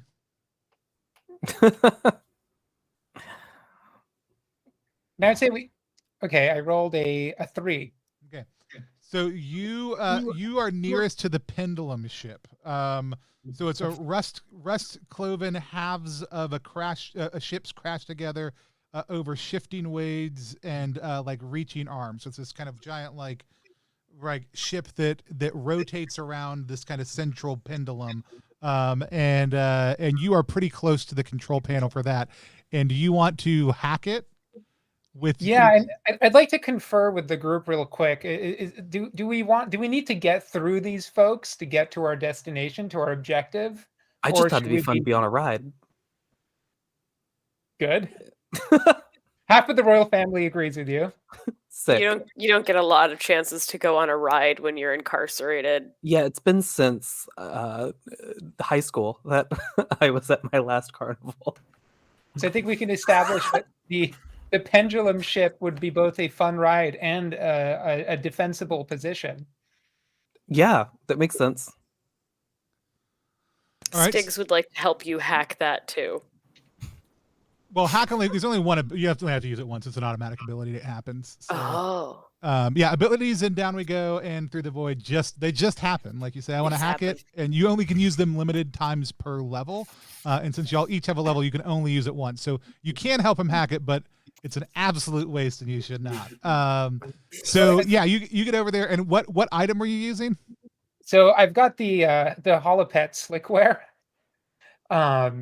which is a kind of. I was thinking it was kind of like how you had like Clippy, but you also had like other options. You could have like the dog and all the other ones. Kind of like a little like a helper that is very very useful for the most common wizard-like paths of hacking.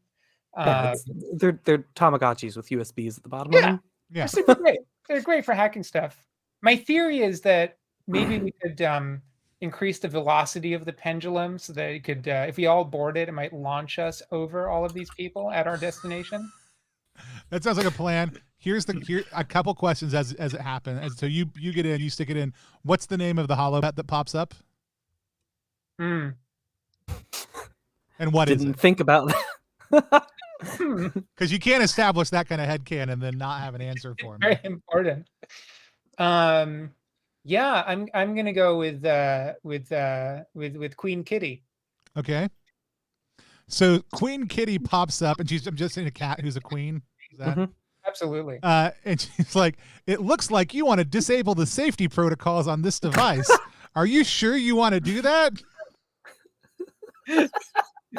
I think Baroness Floppy Disk looks around at the group and kind of like, yep. Say, yeah, we'd love to do that. Great. As you're starting to do that, one of these individuals closes in on you and tries to swing a crowbar at your head. You get the hack off in time. Roll a D20 plus recon for me to see if you dodge it. Okay. I roll a 6. All Goodbye. of a sudden, you see what we see is we see Queen Kitty ask that question. You hit yes, execute, and then all of a sudden we just see blood splatter on the control console as you slump to the ground, dead. These individuals are all closing in on you. So everybody roll a d20 plus. If you have any characters with recon, add a point because we're not gonna pool it, and we'll see. We'll kind of do general rolls to see how well your remaining characters fare. Not well. Not well. You say a d20? Yeah. Okay. Ooh, I've got one guy with recon. I mean, that's like if you have one, just add that +1 into Oh, great. I got a dirty 20. Okay. So Sarah, all of your remaining characters managed to get on these pendulum cars as they flow around. What did everybody else get? I got a 4. Okay. I got a 10. 14. 1/3 of your remaining characters, Alec, get on. Okay. Keegan. You're good. So I think what we saw is Duty Run. Or no, it's Sunny. I'm sorry. Sunny also has a Hollow Pet Slickware.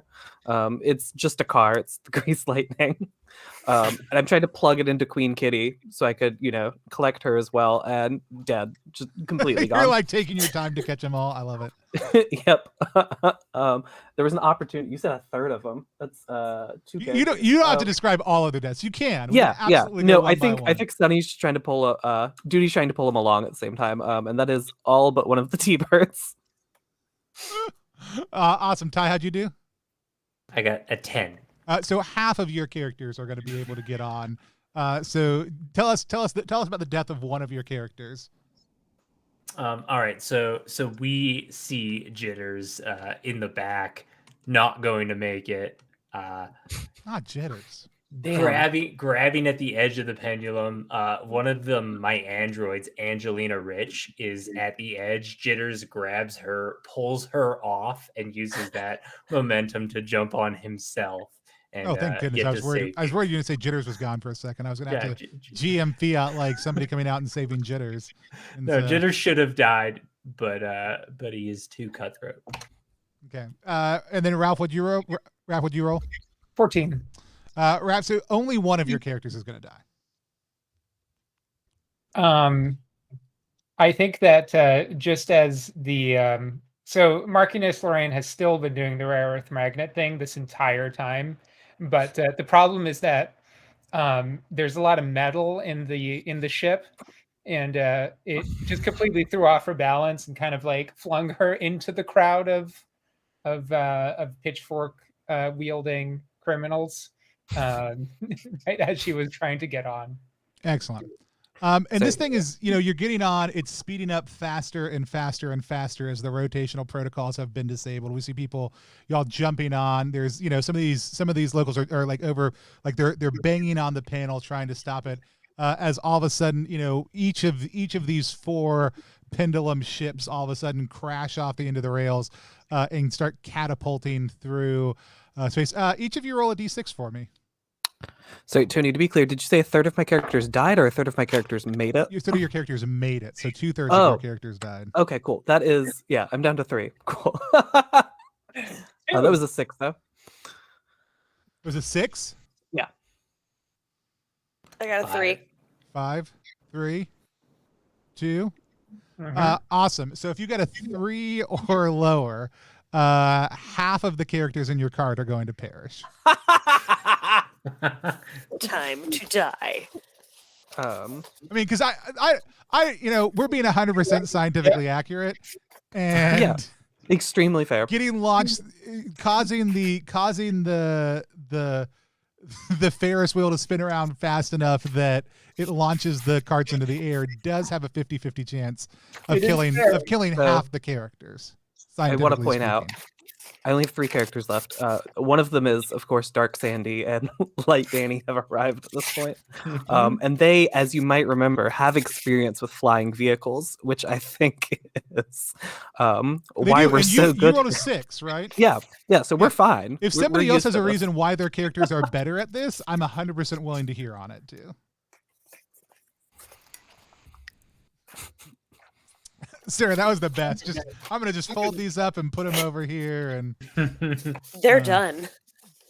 awesome. Let's just check in. How many characters does everybody have left? We just heard from Keegan. 5. I You got a have high done five. such a good job of keeping all your characters alive, Sarah. How many, Raph? Just 2. 2. I've got. Do you want us to describe how they died, these last couple? I'd love to get a sampling of how they died. Well, I think the 2 that didn't make it here are both Earl Spork and Marquise Tenderloin, the Tibetan Book of the Dead holders, who, even as everything was spinning up faster and faster, were attempting to deliver last rites to their fallen comrades, and just while searching through the index, just got decapitated by something that the boat was passing underneath at excessively high speeds. Cool. Y'all see, as you're coming through the air, as you're coming in for a landing, and miraculously somehow all staying within about 20 meters of each other. Very Scientifically very tight accurate. margins. Very, very scientifically impressive. You land, and you kind of crash/slide across the ground into, and the reason this is even remotely survivable is, like, gravity is low, and then gravity gets even lower as you're launched into the air. Like, as you get close to that apex point, it lowers to almost nothing, and then you come down, and it's even slower. And you're next to what looks like a ship that has crashed through the outside of the Third Testament. It's protruding in, and you see this kind of long silver thing around the wound of the ship. There's kind of mountainous tangles of armor and bulkhead, hungry fissures of vacuum that are starting, like, sucking at bodies that are kind of like stuck in them, and live wires that are running between the ship and the hull, crackling with electricity. Yeah.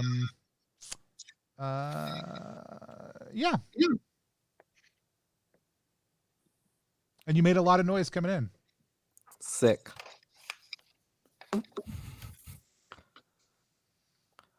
Who has the collar now? Z10 still's got it. Okay, Z10's still alive. Great. It's afraid the person with the collar died, like way back there somehow. Well, he's a robot, so can he die? So how many of you Yeah. would be familiar with, like, do any of you have characters that are still alive that would be familiar with military backgrounds? Oh, for sure. Dark Sandy is a merc, and she's a Legion officer. So you're familiar with sleeve soldiers, and so there's a lot of things about sleeve soldiers that are kind of horrifying and disconcerting to people. But the ones that you see outside of this one, they're skinless and missing limbs and features. It looks like they're half formed, and then they're stumbling around and, like, crawling out of this ship, looking around them as you crash in here. And where do we think we need to go from here? Further down. So you've got to make it past this ship. Down that's we now go. protruding. Gotcha. Yeah, down we go. Always down. Okay.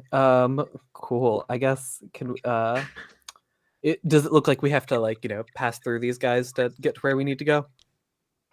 There are the ones who are crawling out of the ship. If you move quickly, you might be able to get around them, but you're going to get just to the other side of the ship, so who knows what's there.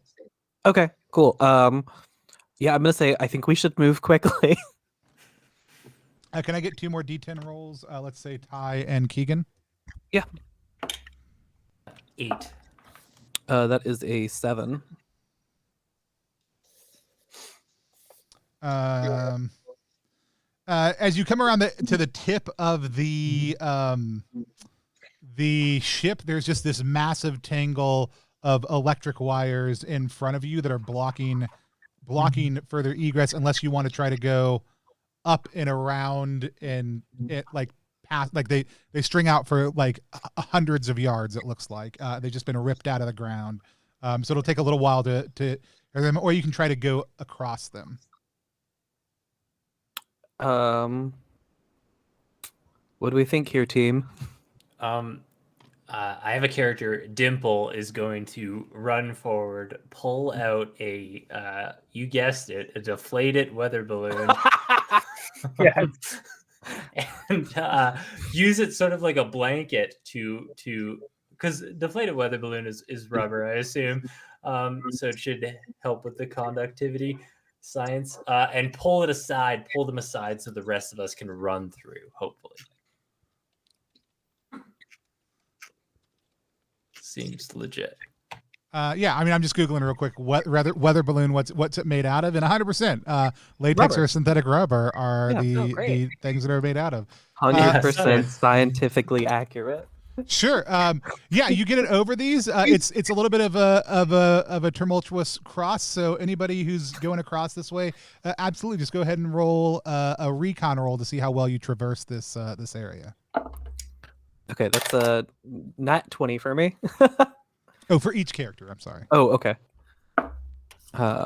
This is not a group roll. That was only because people were grouped together. Cool. So Frenchie got a 5, but Sandy got a 19 and Danny got a 20 here.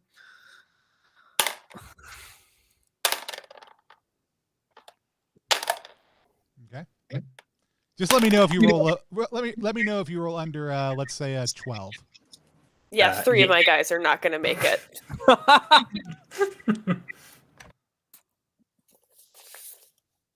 I have one character under 12. Yeah. So any character that touches it should make a Merc save roll to see if they survive the electric shock or not. Tony, are we using that rule where if I drop a dice on the floor, my character just dies? Sucked into the vacuum of space. You know, normally I'd say I don't have an easy way to suck you into the vacuum of space, but I did just. No, we're not playing that way right now. Okay, cool. I can't cross my streams here, so. There's an optional roll stream. in Through the Void where if you drop a dice on the floor at the nearest possible Space ball time, dropout. which actually I read it differently. Like you don't automatically die. You get sucked into the void of space. If you have a spacesuit on or whatever, it's also at the nearest possible time. So it could be like 10 minutes of play from now or an hour of play from now, depending on where you are narratively, which is a great chance for your player to just forget about it and then all of a sudden have their character sucked into the void of space. 15 for me. I have a question. The bulldozer wants to know if bulldozer 2 is about to touch the wire. Bulldozer 2 did come very close to the wire, but he rolled a 19. Okay. My 2 other guys rolled an 11, but Bulldozer 2, he definitely managed to get away with it somehow. All right. Bulldozer 1, or I guess the bulldozer, was going to save Bulldozer 2, but will not save the other 2. But yeah, if you fail your roll, you'll get electrified to death and your character dies. All right, so alive, Lizardo and Stiggs has bit it. Yeah. Bones is gone. And so, is Frenchie about to become a space funnel dropout? No, she did roll a 15 on that Merc save afterwards. We do. It's a funnel. We do have a high body count, Kylie. It's a funnel adventure, though. By the way, if anybody's just joining us, if you haven't hit follow yet and then typed in !drain me to get entered and a chance to win a copy of the adventure we're playing through tonight, Yusem's The Drain. You should. We're using Through the Void, which got unlocked as part of the speed run 48-hour flash funding goal for Down We Go. The link for that's right below Ty's face. Ty, give everybody a good point there.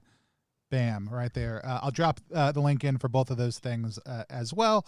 But yeah, so y'all are able to make, whoever makes it across, leaving the friends and loved ones and co-prisoners, burnt beyond recognition to the side as you go. And all of a sudden, actually, somebody roll a d10 for me. Sorry. That's an 8. Okay. All of a sudden, you hear a large explosion behind you, and everybody turns, and you see what looks like a small square at first that then starts to become a medium-sized square, and all of a sudden, you realize that there's the roof of a barn is careening towards you. What do you do? That's not normal behavior? No. Well, I've seen this before. You see. All right. You've seen this before. Tell me about when on your adventures as a Legion officer, you saw a barn roof flying through the air at you. So, as we all know, the high school in Greece was in fact a Legion officer training school. And some of the kids had that farming elective that I can't think of the name of suddenly. Oh, I know. I know and what it was. It was a wop bop a loo bop, a wop barn boom. Yeah, I'm it was sitting on that all actually. night. it was exactly that. And you know there's some like manure buildup in the farm, and I think it was probably Kanicki went back there to smoke, and the whole barn went up, just shot right up into space, and it was plummeting our direction. And what did we do? Cool.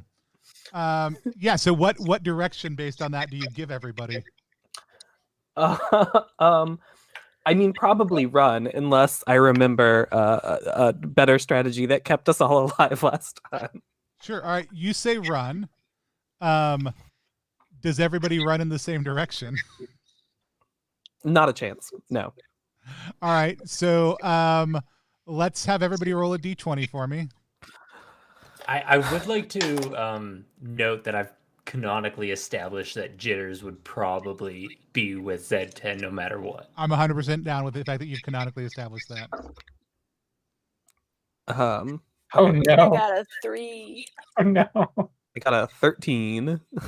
Natural 1. A 4. Okay, so that's fine. So Raph and Sarah and Ty, tell me about which one of your characters runs in the wrong direction and whether they die by head explosion or barn decapitation. I kind of want to make it a little bit more spectacular than Sure, that. absolutely.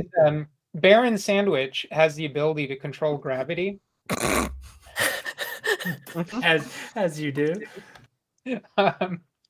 And his item is a fly swatter. And so I'd like his demise to be, I'd like to reassign this role to his gravity controlling ability. He bravely brandishes the fly swatter as the barn comes at him, kind of like a noble knight, brandishing a shining sword at the dragon that he's going to just run through the throat. Except that he accidentally gravity controls in the wrong direction and just makes the barn about 10 times heavier and just ends up just absolutely Pancake. dusted as the barn smashes into him. As the barn smashes into him, I'll give Ty and Sarah advantage on these rolls to see if they can get a higher roll, because that is Right. directly changing the course of the barn. I got 14 now. 6. Whichever character was going to die, Sarah still dies. I'm sorry. Yeah, no. Bulldozer 2 is getting bulldozed. Does Bulldozer 1 want to do anything about that, Ty?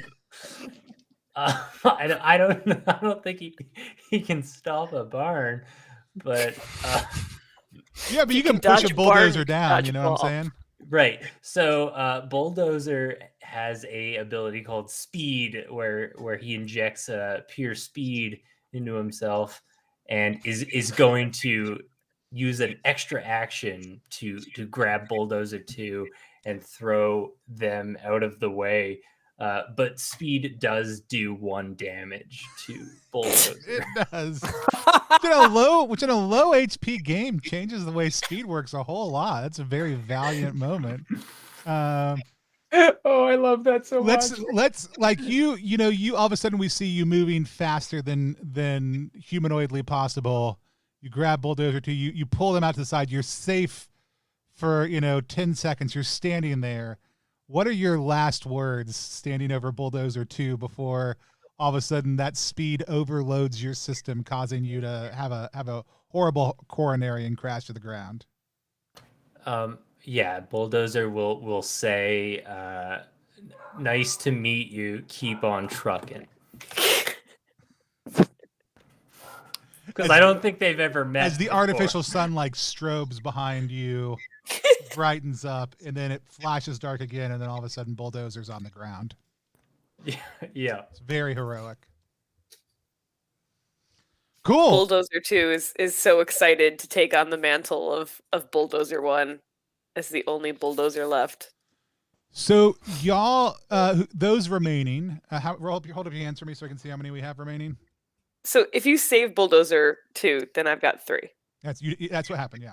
And so look up, and they see an industrial combine that seems to be just clearing out the flesh of these sieve soldiers, these half-formed kind of mutinous creatures, and tearing into their flesh and just demolishing it, and making way. And it seems to be just kind of prowling this area, looking for any flesh or matter that it can deconstruct. What do you do? Z10 laughs. Ha, ha, ha. Does Z10 still have the extra leg? Or wait, no. Oh, he totally does. Okay, cool. Like a drumstick at the Renaissance Fair. He's not letting go of that thing until he's done with it. But is he eating it? No. Okay. But it is getting smaller whenever no one's looking. So yeah, as you look at this thing, it's a combine, so it's taking these long swipes and then doing like a big turn and then coming back the other direction. It's trying to clearing these things out. But this entire area is cleared, and you notice on the other side of it, there's a the airlock to the command section is there.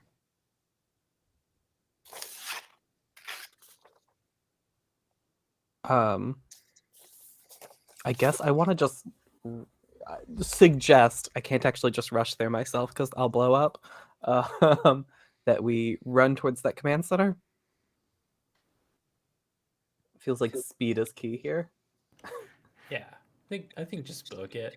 Feels right. Yeah, I agree. Okay, so you're just going to chug it as hard as possible across the space, hoping this thing does not catch you.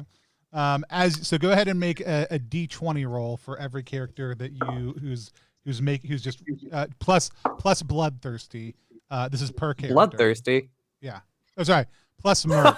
Totally different. Wrong game. Plus Merc. Okay. Okay. Oh Lord. So, yeah.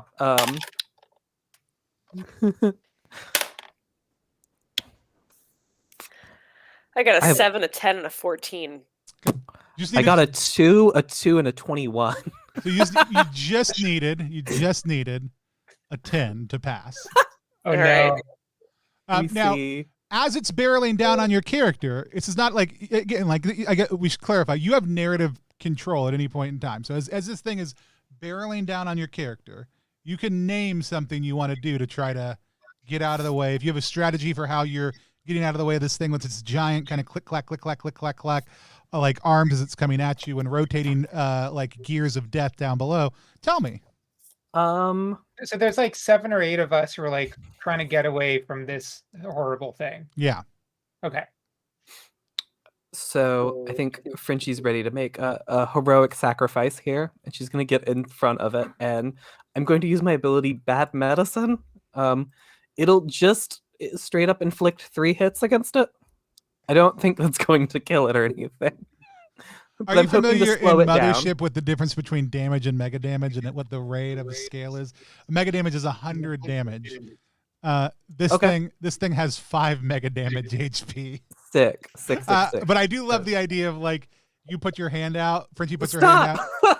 We see like the tip of one of these things rust a little bit as like you sprinkle a few nanites on it, and then it just like cleaves into your hand. Look, I was a Legion officer school dropout.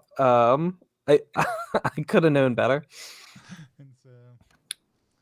Dimple is going to do the exact same thing, reach out a hand and say stop. I'm going to use my rank ability to give commands. I don't think that probably works. I don't know if I have rank over this thing. If it was sentient, it might have worked. And we see another person shredded. Yeah. Go ahead. Sorry, continue. No, please. I didn't have anything to say. Well, so I rolled a 9 for my one remaining character, Duchess Reduction. Okay. So I was thinking, let's see, I have an idea.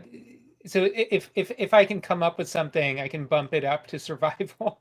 Yeah, I mean, it could be. Yeah, I do this and it bumps it up a little bit, or it negates the need for a roll or whatever. Yes, but it is bearing down on you. That is the concept here.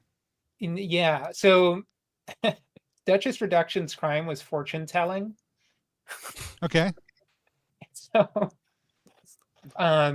is this the one that takes 3 hours to tell a fortune, though? Well, in this case, it's got to be a little bit faster than that. Thank God. But no, I want to imagine a scenario where Duchess Reduction just strongly believes in the fortune telling, and just kind of accepts their fate, and just gets out a tarot deck and just kind of goes cross-legged and puts the tarot cards in front, and possibly using Discworld logic, is somehow spared by the fortune, which just maybe. Yeah, I also add this: aren't all your characters? I love the vision of this. Aren't all your characters andromorphs? Yes, exactly. What is the andromorph ability? Ooh, they have ability? Wait. Yes. I've got a mod for this. Use an implant to roll twice. So I'm going to use that to re-roll. Excellent. I like there is a thing you can do. Yes. Love this. You have to tell me what the mod is you're using, but yes. Which it can be like a fortune tell. It can be an augury mod. Like it could be like it calculates. That's exactly it. That's exactly it. It's a fortune telling mod. It's the advanced. It's in the same universe as Queen Kitty. It's Queen Kitty's advanced fortune telling mod. Okay. Which again runs you through a wizard of fortune telling things. It sounds like you want to avoid this combine. It sounds like you want to avoid this combine. It lays out the whole tarot deck and just provides me with this like nice fate, and I'm like, okay, that's what I have to do, and and in the tarot deck there is the hint at the unlikely sequence of things that I have to do to avoid the combine that just don't really make a lot of sense, but would be perceived by it. Okay. So I do it very quickly thanks to the help of Queen Kitty, and then essentially do a sequence of what would be interpreted as taking something out of my breast pocket, putting it on the ground, doing half step to the right in a particular dance pattern. Like everybody else is just taking off across the field. Exactly. Which confuses it enough that my re-rolled 12. What's a 12 in this world? I do love it is a legit timestamp re-roll where like the first time in the augury it was like, nope, you died, and then reshuffled the deck, and then like you made it through in a slightly more unlikely fashion.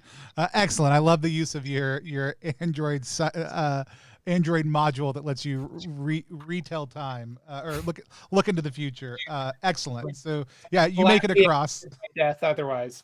So yeah, you make it across. Y'all get to the command door airlock. Which will let you into the hub. You are not supposed to go into this area of the ship. It is restricted from prisoners. Does anybody have a good idea on how to get through this airlock? I have an electronic ID scraper. That feels like it could be useful. All right. Yeah. So go ahead and roll plus tech, and I'll give you a bonus to the roll because of your electronic ID scraper, which will basically say you're convincing it you are not you and are somebody who is supposed to be here, essentially. Yeah. Is that a D20 plus? Plus tech if you have it. Great. So I roll a 10. Awesome. So, it says, welcome. Who did you tell it you were? I told it I was the captain of this ship. It kind of, the way it works, like you scrape it, right, and then it just gives you a list of names. And I was like, welcome, Captain. And so inside you kind of step into the crew berth, which is filled with rusty tools and forgotten odds and ends, cobwebs, and it's a cramped space. There's a tunnel that is navigable only in 0G, which is now the gravity has ceased to exist in the area. Through a clutter towards through the clutter towards toys peering from a pink dollhouse. So you guys kind of head up through this section into a galley that has paper streamers that kind of wave from the ceiling and are blown loosely in the ventilation ducts in zero gravity. And it says there's a banner that reads "Happy," and then there's a blank, and it says Billy, like it's worn off. The lettering is worn off of whatever was going to happen for Billy. But there is a bunch of what looks like liquid refreshment pouches set out for a party that at some point never happened. If you want to take time in any of these spaces, let me know. Bulldozer 2 is going to use his bounty hunter ability. He's heard the name Billy before.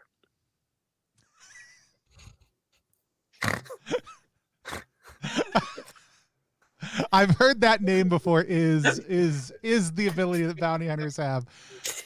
People with a bounty hunter background. Tell me about Billy and why the name Billy sticks out to you, and what horrible crimes Billy had committed.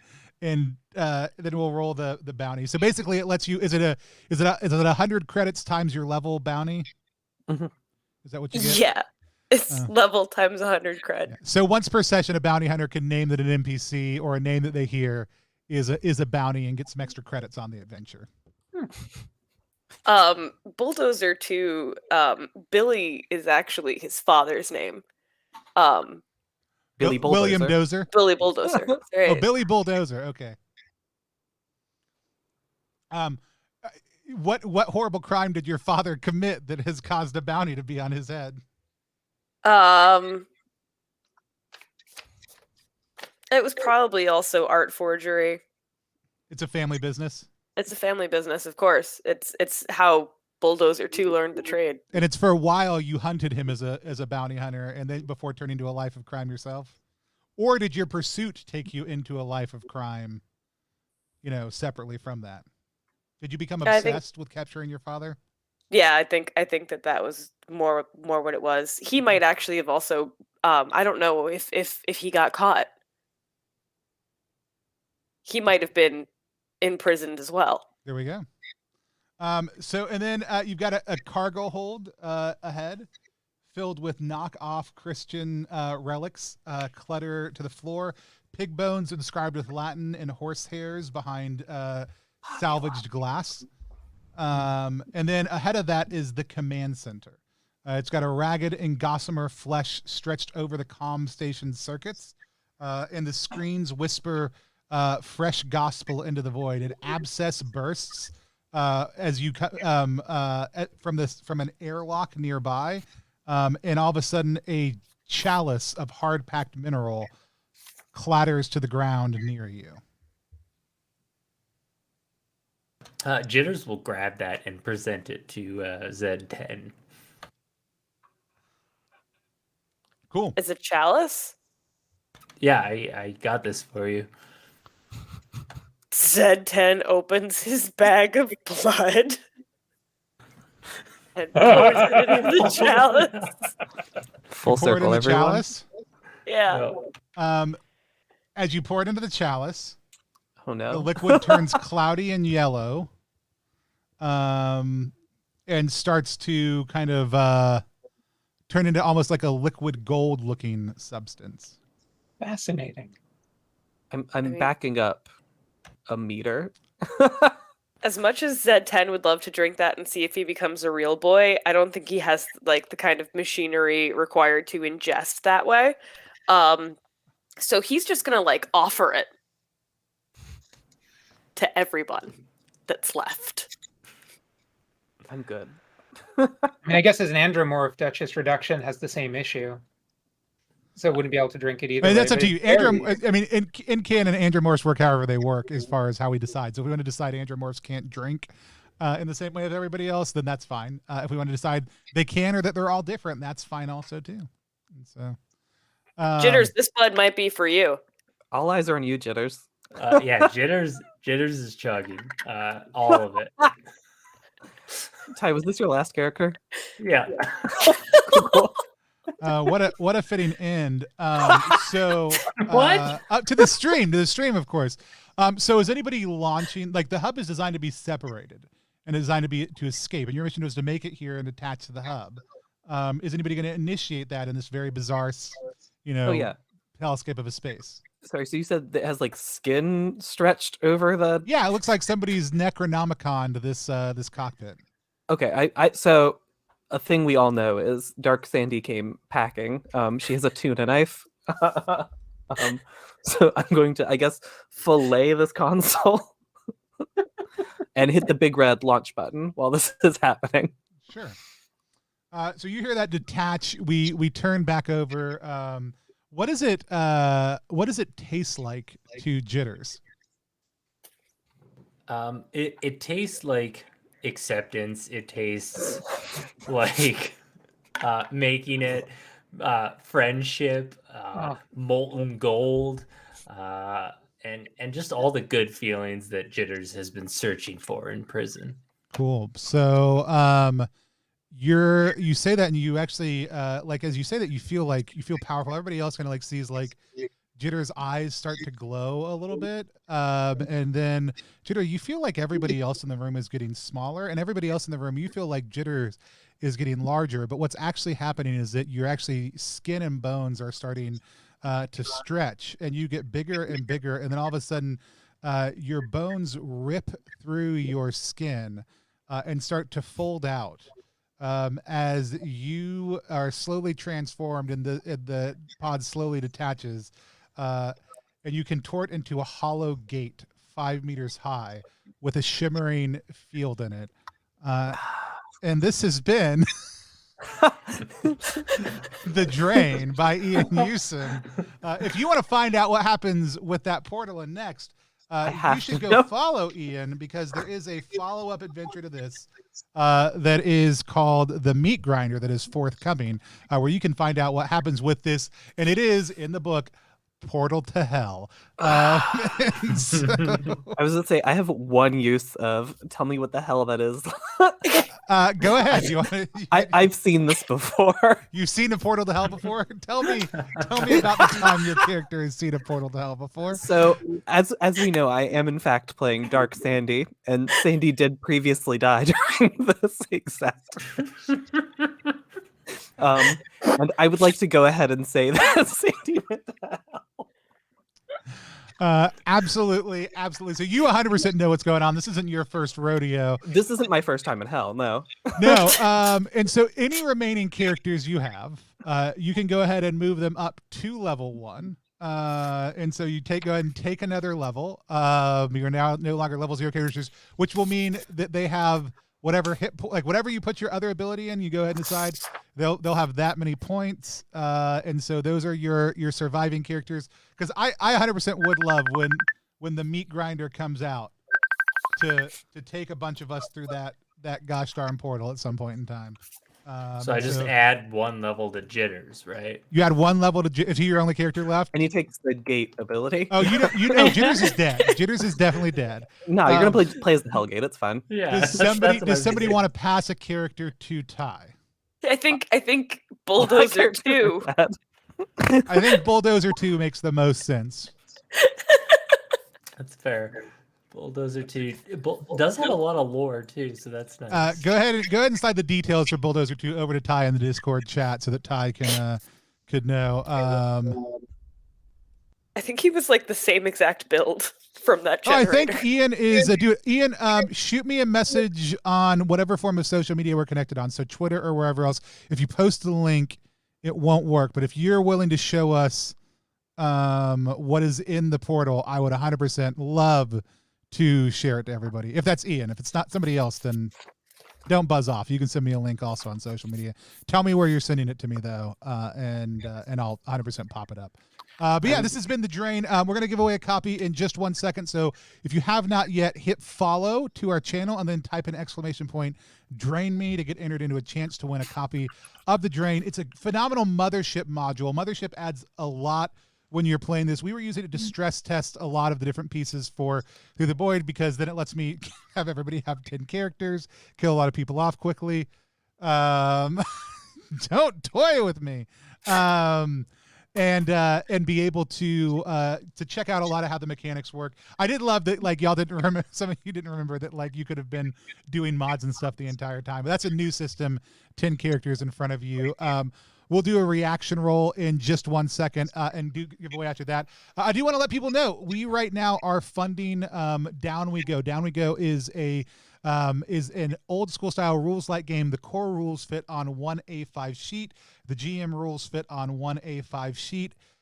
Dungeons and adventures fit on one Dungeons fit on one A5 sheet. Adventures are a little bit different, but it's a phenomenal game. We're adding extra procedures. We have 2 of the collaborators with us here on stream tonight. You can go find it at ttrpg.link /DWGLive, which is right below Ty's face, but I'll drop it in the chat in just a second also, if you're watching us. When we started, I haven't looked at it the entire time we've been playing, which is the best thing about streams.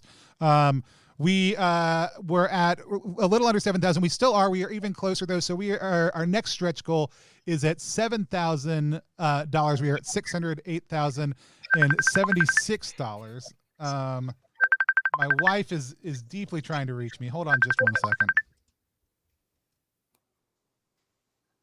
Hey, I'm on a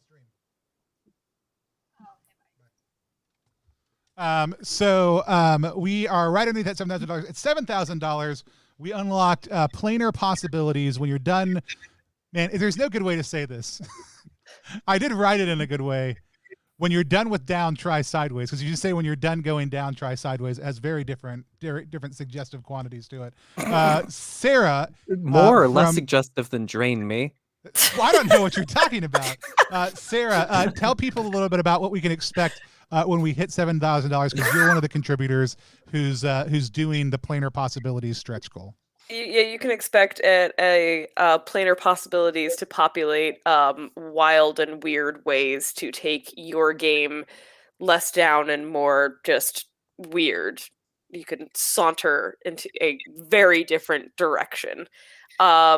We have different portal flavors and different things beyond that portal. We've got I think we were working on one of the things I really enjoyed that we cooked up was 2-dimensional, like a 2D plane, wherein the creatures could be rolled or folded.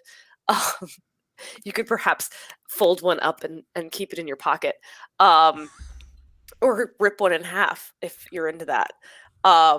But different planes of existence that have different flavors of play and very different things to see and do. Awesome. And we're super excited about that.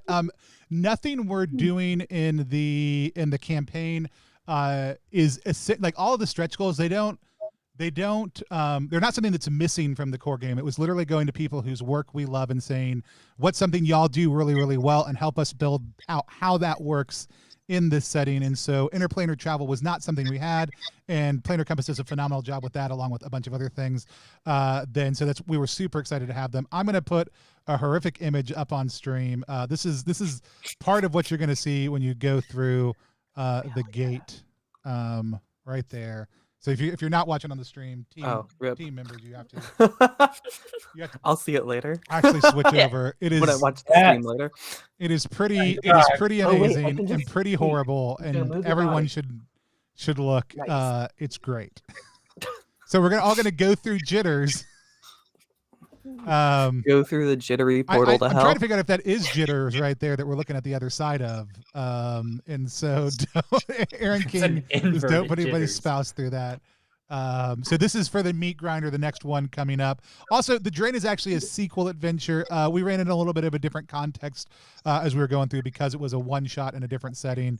But I actually told Ian we'd love to have him come on sometime and just run it for us in Mothership actually also too, because it is a phenomenal adventure that I think was one of the great surprise joys of Zine Quest 3. There were a ton of good games, but I think this is one that I had not had on my top 10 list that ended up being one of my favorites. So that's the Drain. And we're going to give away a copy in just 1 second. So if you haven't yet, hit follow, hit ! Drain me. If you haven't backed Down We Go, hit that also too. Let's hear from everybody what they thought. We'll do a little reaction roll. We can talk both about the module itself as well as about what it was like playing through the Void. So on reaction roll is a live stream. Within a live stream, it's where we sit down with the creator of a game that we just played and talk to them about what it was like to play that game. Today we were talking about Through the Void, but we're also going to talk, even though Ian isn't with us, about the Drain, because it is a phenomenal module for a Mothership, and I can't wait to hear what people's thoughts were both about it as well as about Through the Void. So let's do that now. Let's start with Raph. Raph, tell people who you are, what you do, where they can find you online, and what your thoughts were about both the Drain and Through the Void. Yeah. What's up, fellow humans? I'm Raph. You can find me at Raph D'Amico on Twitter, and you might know me from The Zone, just Annihilation style. Play to lose horror. And I got to say that's a pretty good, context, because I love making and playing play to lose games. And somehow, this is the first funnel adventure I've ever played. And oh my God, I'm in love with funnel adventures. I just want to play funnel adventures now.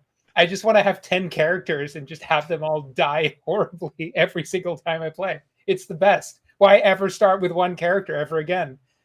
I now want to do a mod of The Zone where you, instead of having 5 people go through it, you have 50 people that go through it. So that, 49 can die instead of just 4. So one of the cool things about 0 level adventures or that kind of thing is you can do different things with it. You can do, like, you have a named character and you work through them as they die. But I do like you're controlling the masses more, and having a block of people who could survive the zone is a very interesting concept. Also, when you say block of people, I imagine by the end of it, they would become literally a singular block. Yeah, a singular block feels like their destiny. A neat cube of people, if you would.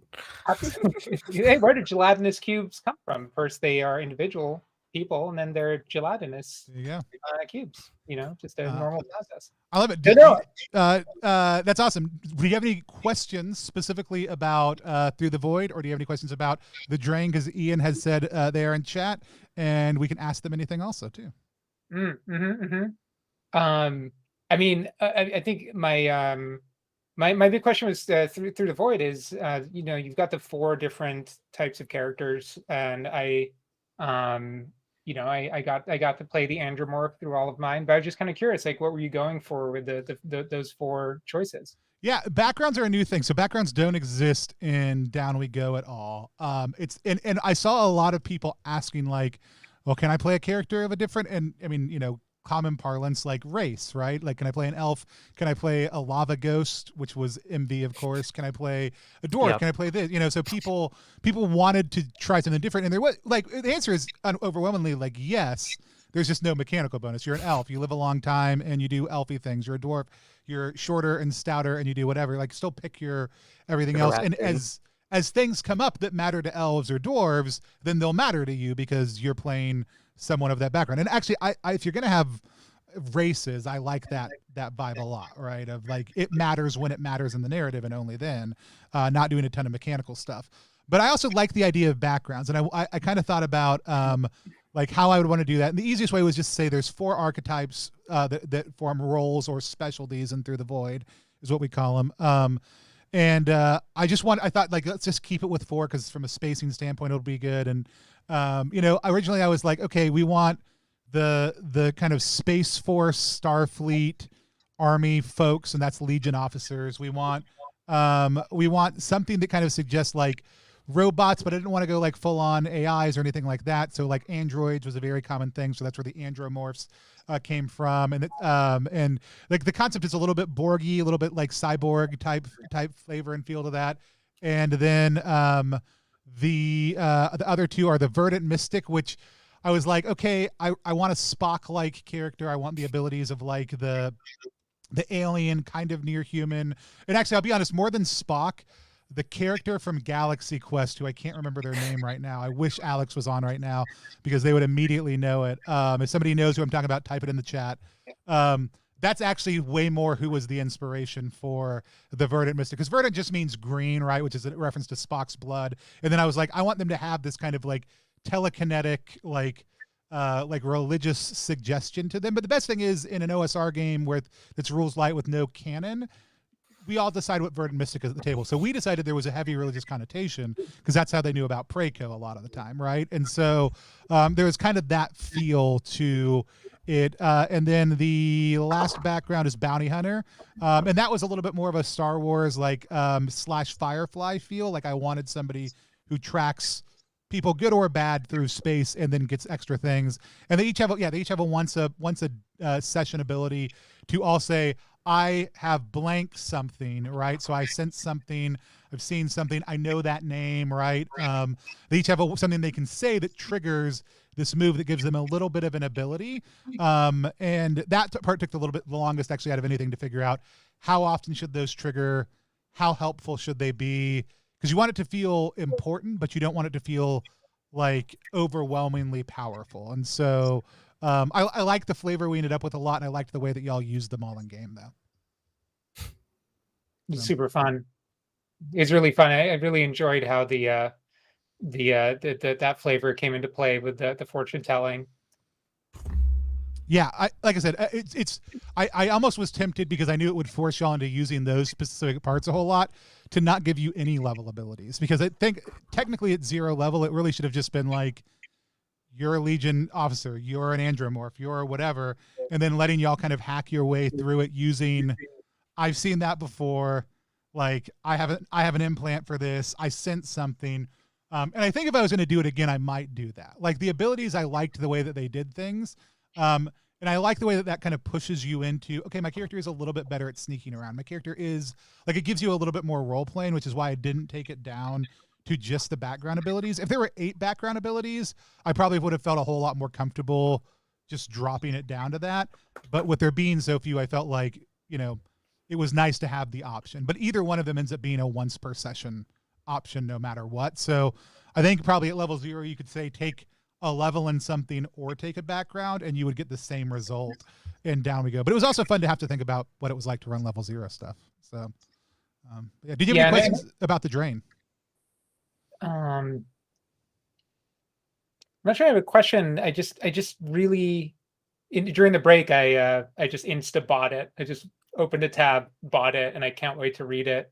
And I'm probably now going to be just compelled to watch Event Horizon immediately after this stream. I have to know. I just have to know what happens in the meat grinder. Yeah. No. I love it.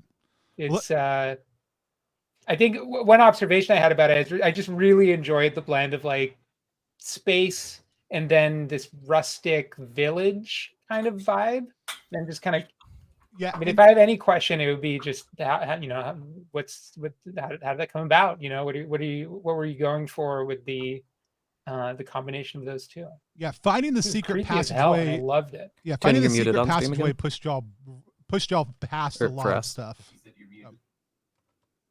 Tony, for us, not Finding the secret passageway pushed y'all past a lot of stuff. Like, but it was a really cool thing. And it's written in there, and it was a really interesting time because it was the first time somebody used a background skill, and it was like that thing, the one thing like that I'd already decided that's where like the secret passageway was, and it was like, okay, that's the thing you're fixated on. There's a secret passageway there, right? Like, there was also like equipment caches in the church you could have found. There were numerous equipment caches y'all could have found that y'all were just like, no, we slow-mo walk away from the sow as it blows up behind us. We don't want to go back and find all the equipment behind their head in the barn or whatever, We had a ton of explosives, and that's all we needed. Yeah. And so, and I did like, I'm curious. I would love to hear from Ian in the chat.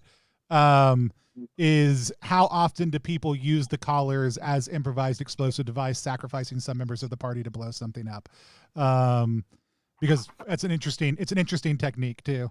Ian says one of my largest inspirations was a survival horror game called Darkwood, creepy Polish folk horror. I thought it'd be cool as a space colony. Very cool.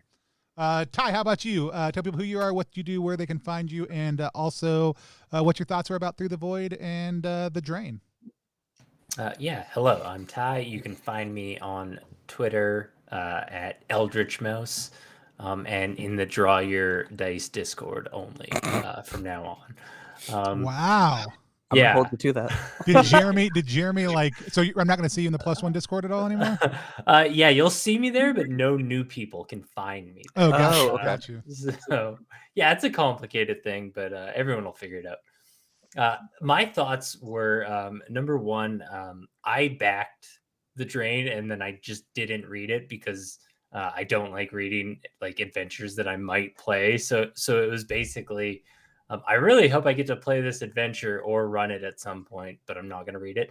And it really surprised me how good it was, and it wasn't just like sort of gray slate metal walls of a space station everywhere, which is kind of what I was expecting.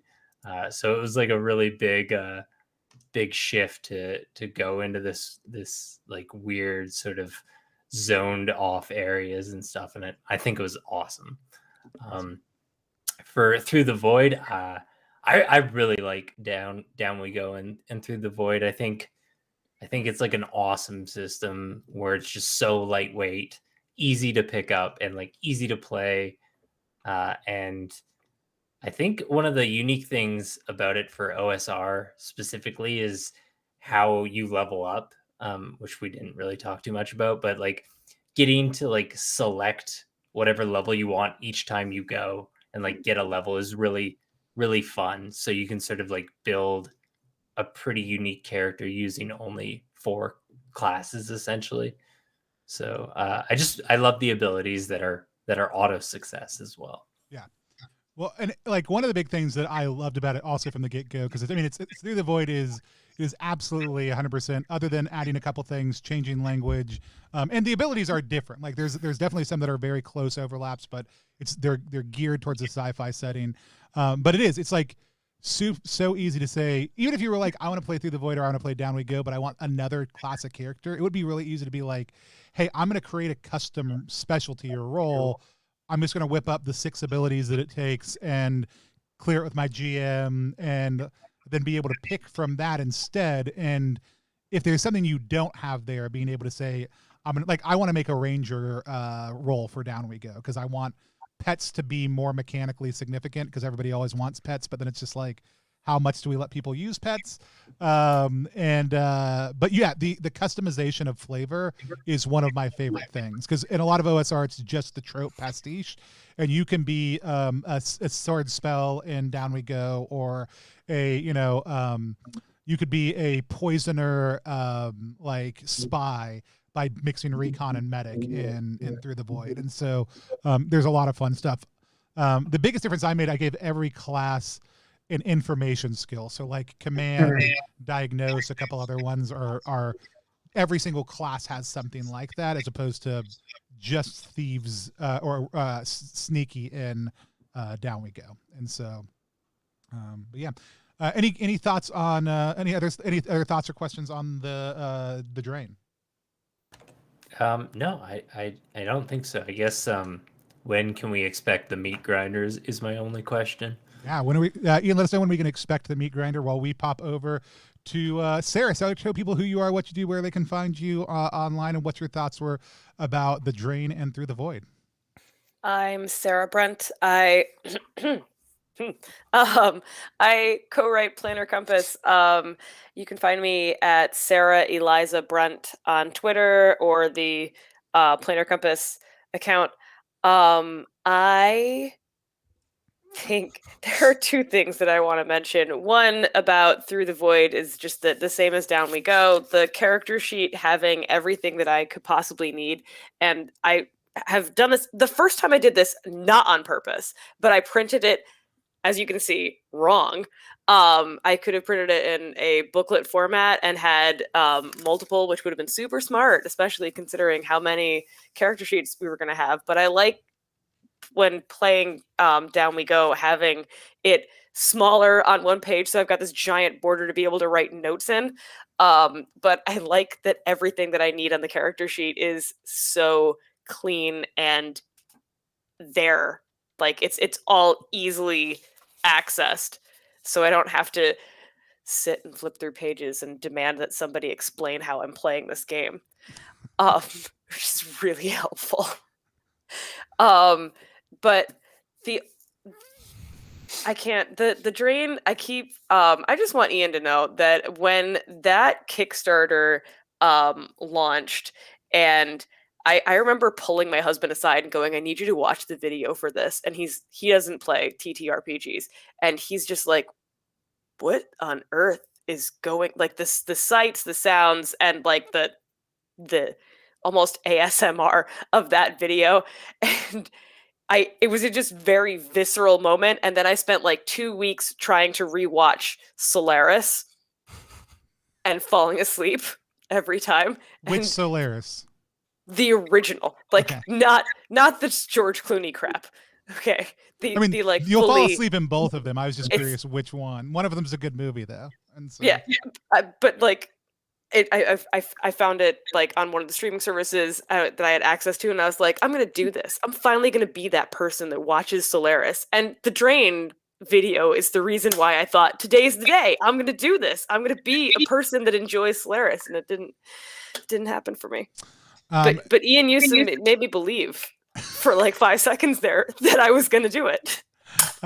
Ian Awesome says, as a backer, if you backed the Zine Quest project, I'm guessing, you should get in about 2 weeks along with the prequel adventure covering the massive space battle outside the Drain, which, yeah, I was very curious about as the GM. Because the interesting thing about the Drain is you do come in the middle of all these things, and it's a very interesting feel to it also too. But yeah, I was going to say, I think Junk is the one, but Ian says, my design savior, Meredith, who's doing layout for Meat Grinder, did a sick job on the Drain KS video. I'm super proud of it. Glad to hear you enjoyed it so much. It was so good. All the things that collective of Mothership creators worked on together, that grouping of projects during Zine Quest was one of the best parts about it. And I think it shows the strength of what a community of designers rallied around a core system and working together can do. And I'll say watching that happen in Zine Quest is one of the things that even more convicted me. Like, I want to have Sarah and DM do Planar Possibilities. I want to have Keegan do the Necropolis adventure. I want to have Aaron King work on, like, I wanted to bring people I love in to help work on Down We Go, because it creates a community that then rallies behind making stuff for this thing and just does a better and better job of making things better. And that's both the product stuff, but it was really great. I think the Drain was a huge example of that in Zine Quest 3. And so, but no, I love that Solaris story also too. So it's great. Keegan, tell people who you are, what you do, where they can find you online, what you're going to dream about tonight when you go to sleep, and and tell us a little about the Necropolis too. This is so many things you've asked me to remember all at once. Who you are and what you do. Okay, cool. I'm Keegan. You can find me online anywhere at KeeganEXE, or just don't find me. That's fine too. This was really fun though. I really enjoyed this. So I just did. I guess we just did Down We Go last week for the TPK stream. So this was very familiar, which was fun. 2 weeks ago, but yes. God, was it really 2? Because we've got to play again tomorrow. We've got to play Patchwork World. I have completely lost all sense of time, Tony. This was fun though. This is a really cool take on the sort of like Down We Go system. The backgrounds felt like a really good addition to it. Awesome. And any thoughts on the Drain? Especially, I want to hear your thoughts on the end of the Drain, especially because the end of the Drain has a lot of great Keegan vibes. Exactly my ship. I'm very excited about the Meat Grinder. I could not say enough good things about the end of this adventure. I do wonder, how were we intended to get through the theme park sort of area previously? Because I get that the design idea here probably wasn't for us to hijack a ride and fling ourselves across the map. Yeah.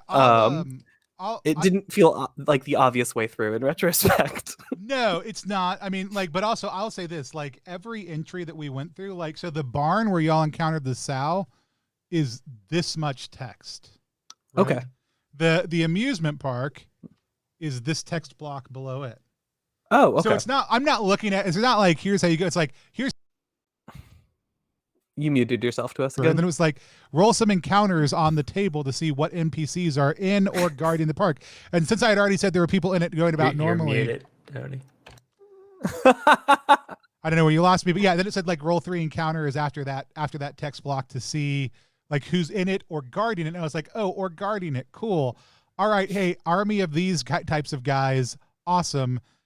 They're noticing you as you come in. This is their turf, and now they care. Like before, they were just amusement park, enjoying things, having a nice day. Now they're guards, and they're pissed at you for being in their space. So it could have been a fight, right? Like it lists them as being an army, and so I was like, it's not a small number. So like, like there's 20 of them, and now you're gonna fight your way.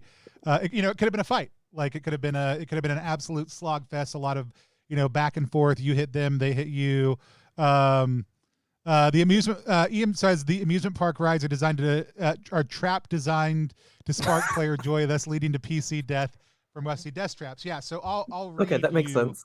I'll read you the flavor text on each one because they're all very good. What the carousel is the most horrific. Carousel, equinely contorted humans skewered by undulating rebarb poles. Roller coaster, child-sized demon wing cars fly over the park.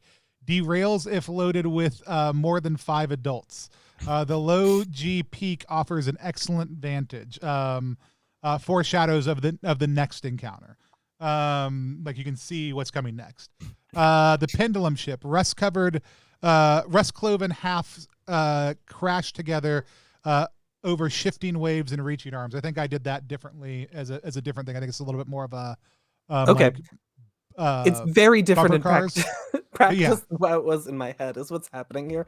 I was like, just like this like sunny little theme park out here in the middle of nowhere.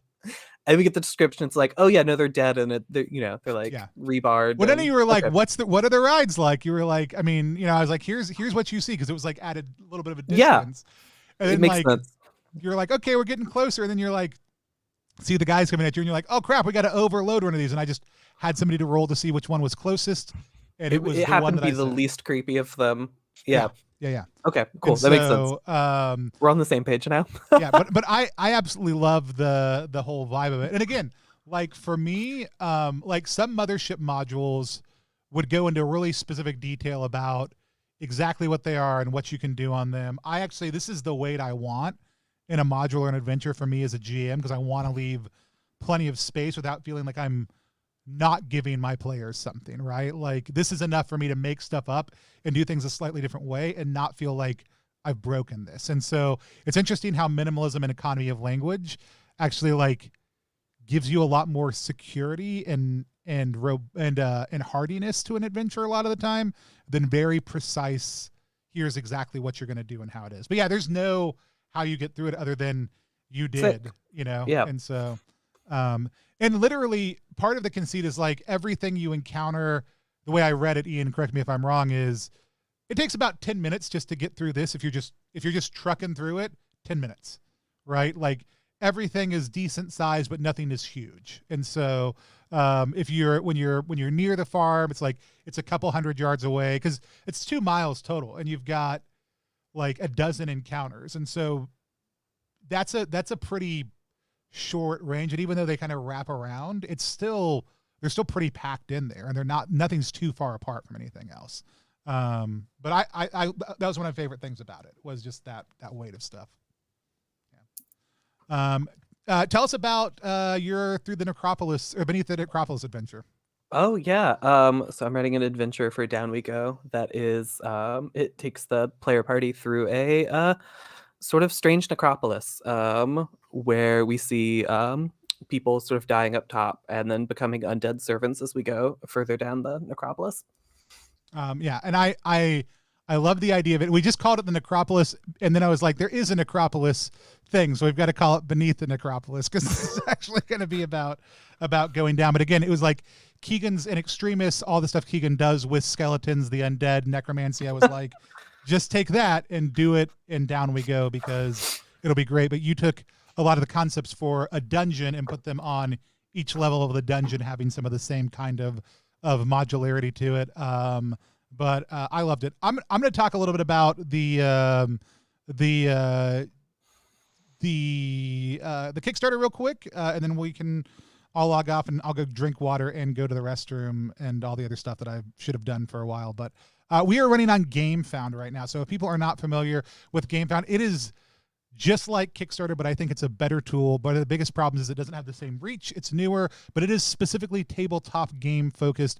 You don't get charged until the end of the campaign, which is on September 24th for us. But there's a lot of great things about it. One of the reasons I actually really, really love it, I'll talk about a couple of things, but at its default, I think competition, I think if capitalism is going to exist, competition in capitalism is healthy because it prevents the monopoly and therefore the abuse of people who want to access a certain good or system.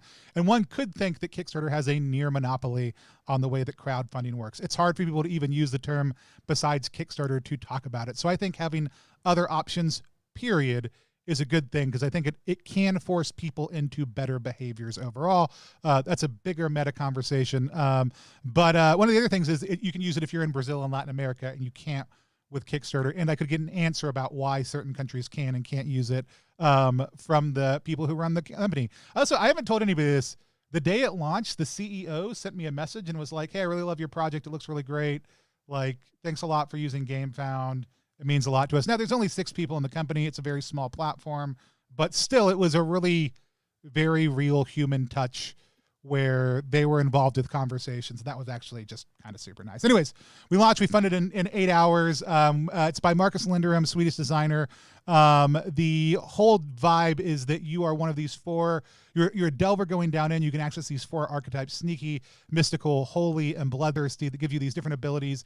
It's super streamlined, like we talked about. All the rules fit on one page.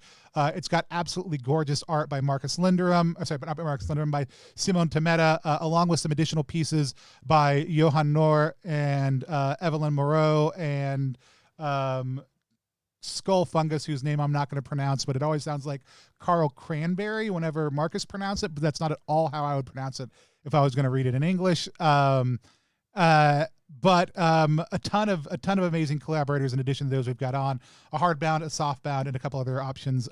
Go check out the page. We've even got a $5 level where you just get a high quality print of the core rules. Right now on stream, we've gone up a couple $100. So we are $80, one backer at the $85 level, or a couple backers at the $45 level, or 4 backers at the $20 level to put us up to our next stretch goal, which will mean we'll unlock planar travel. And I would really love to have people go check it out.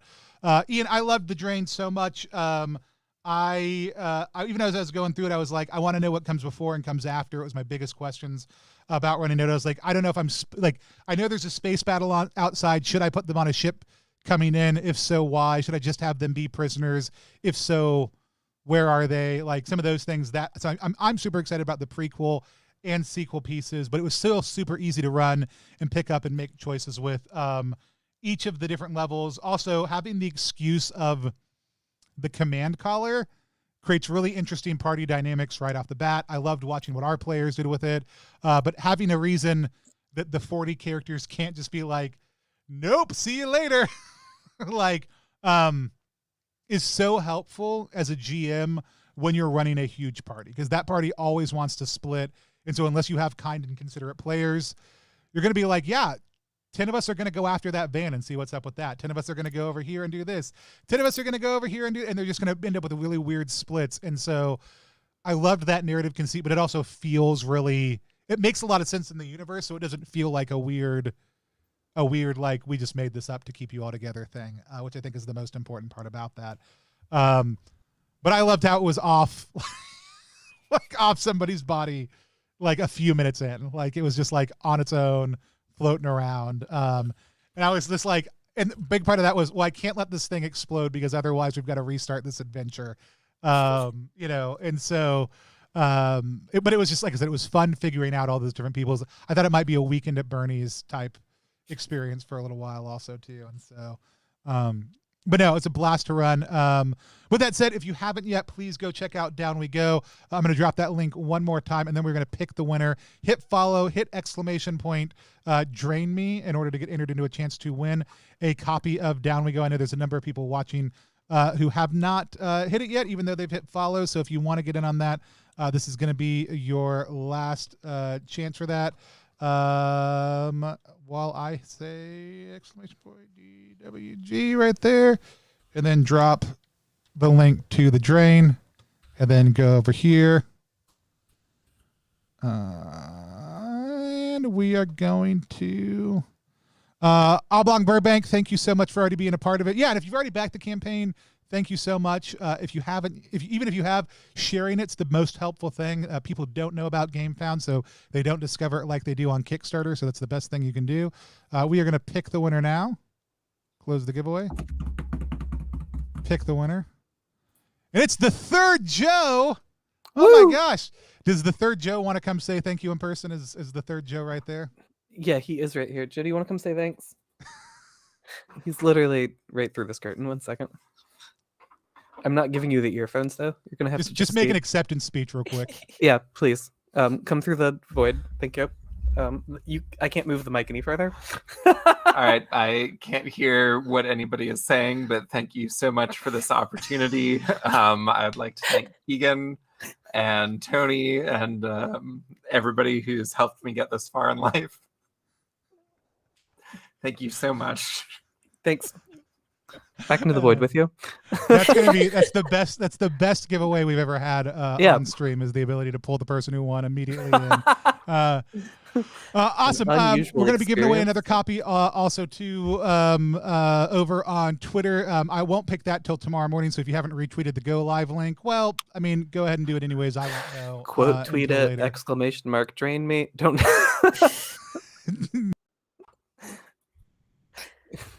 And you'll get 2 Tony entries. doesn't know we can't hear him again. And so with that said, again, thank you everybody for getting the word out. Tomorrow we are playing Rocket to Russia with Tony, you're all hand gestures now and no sound.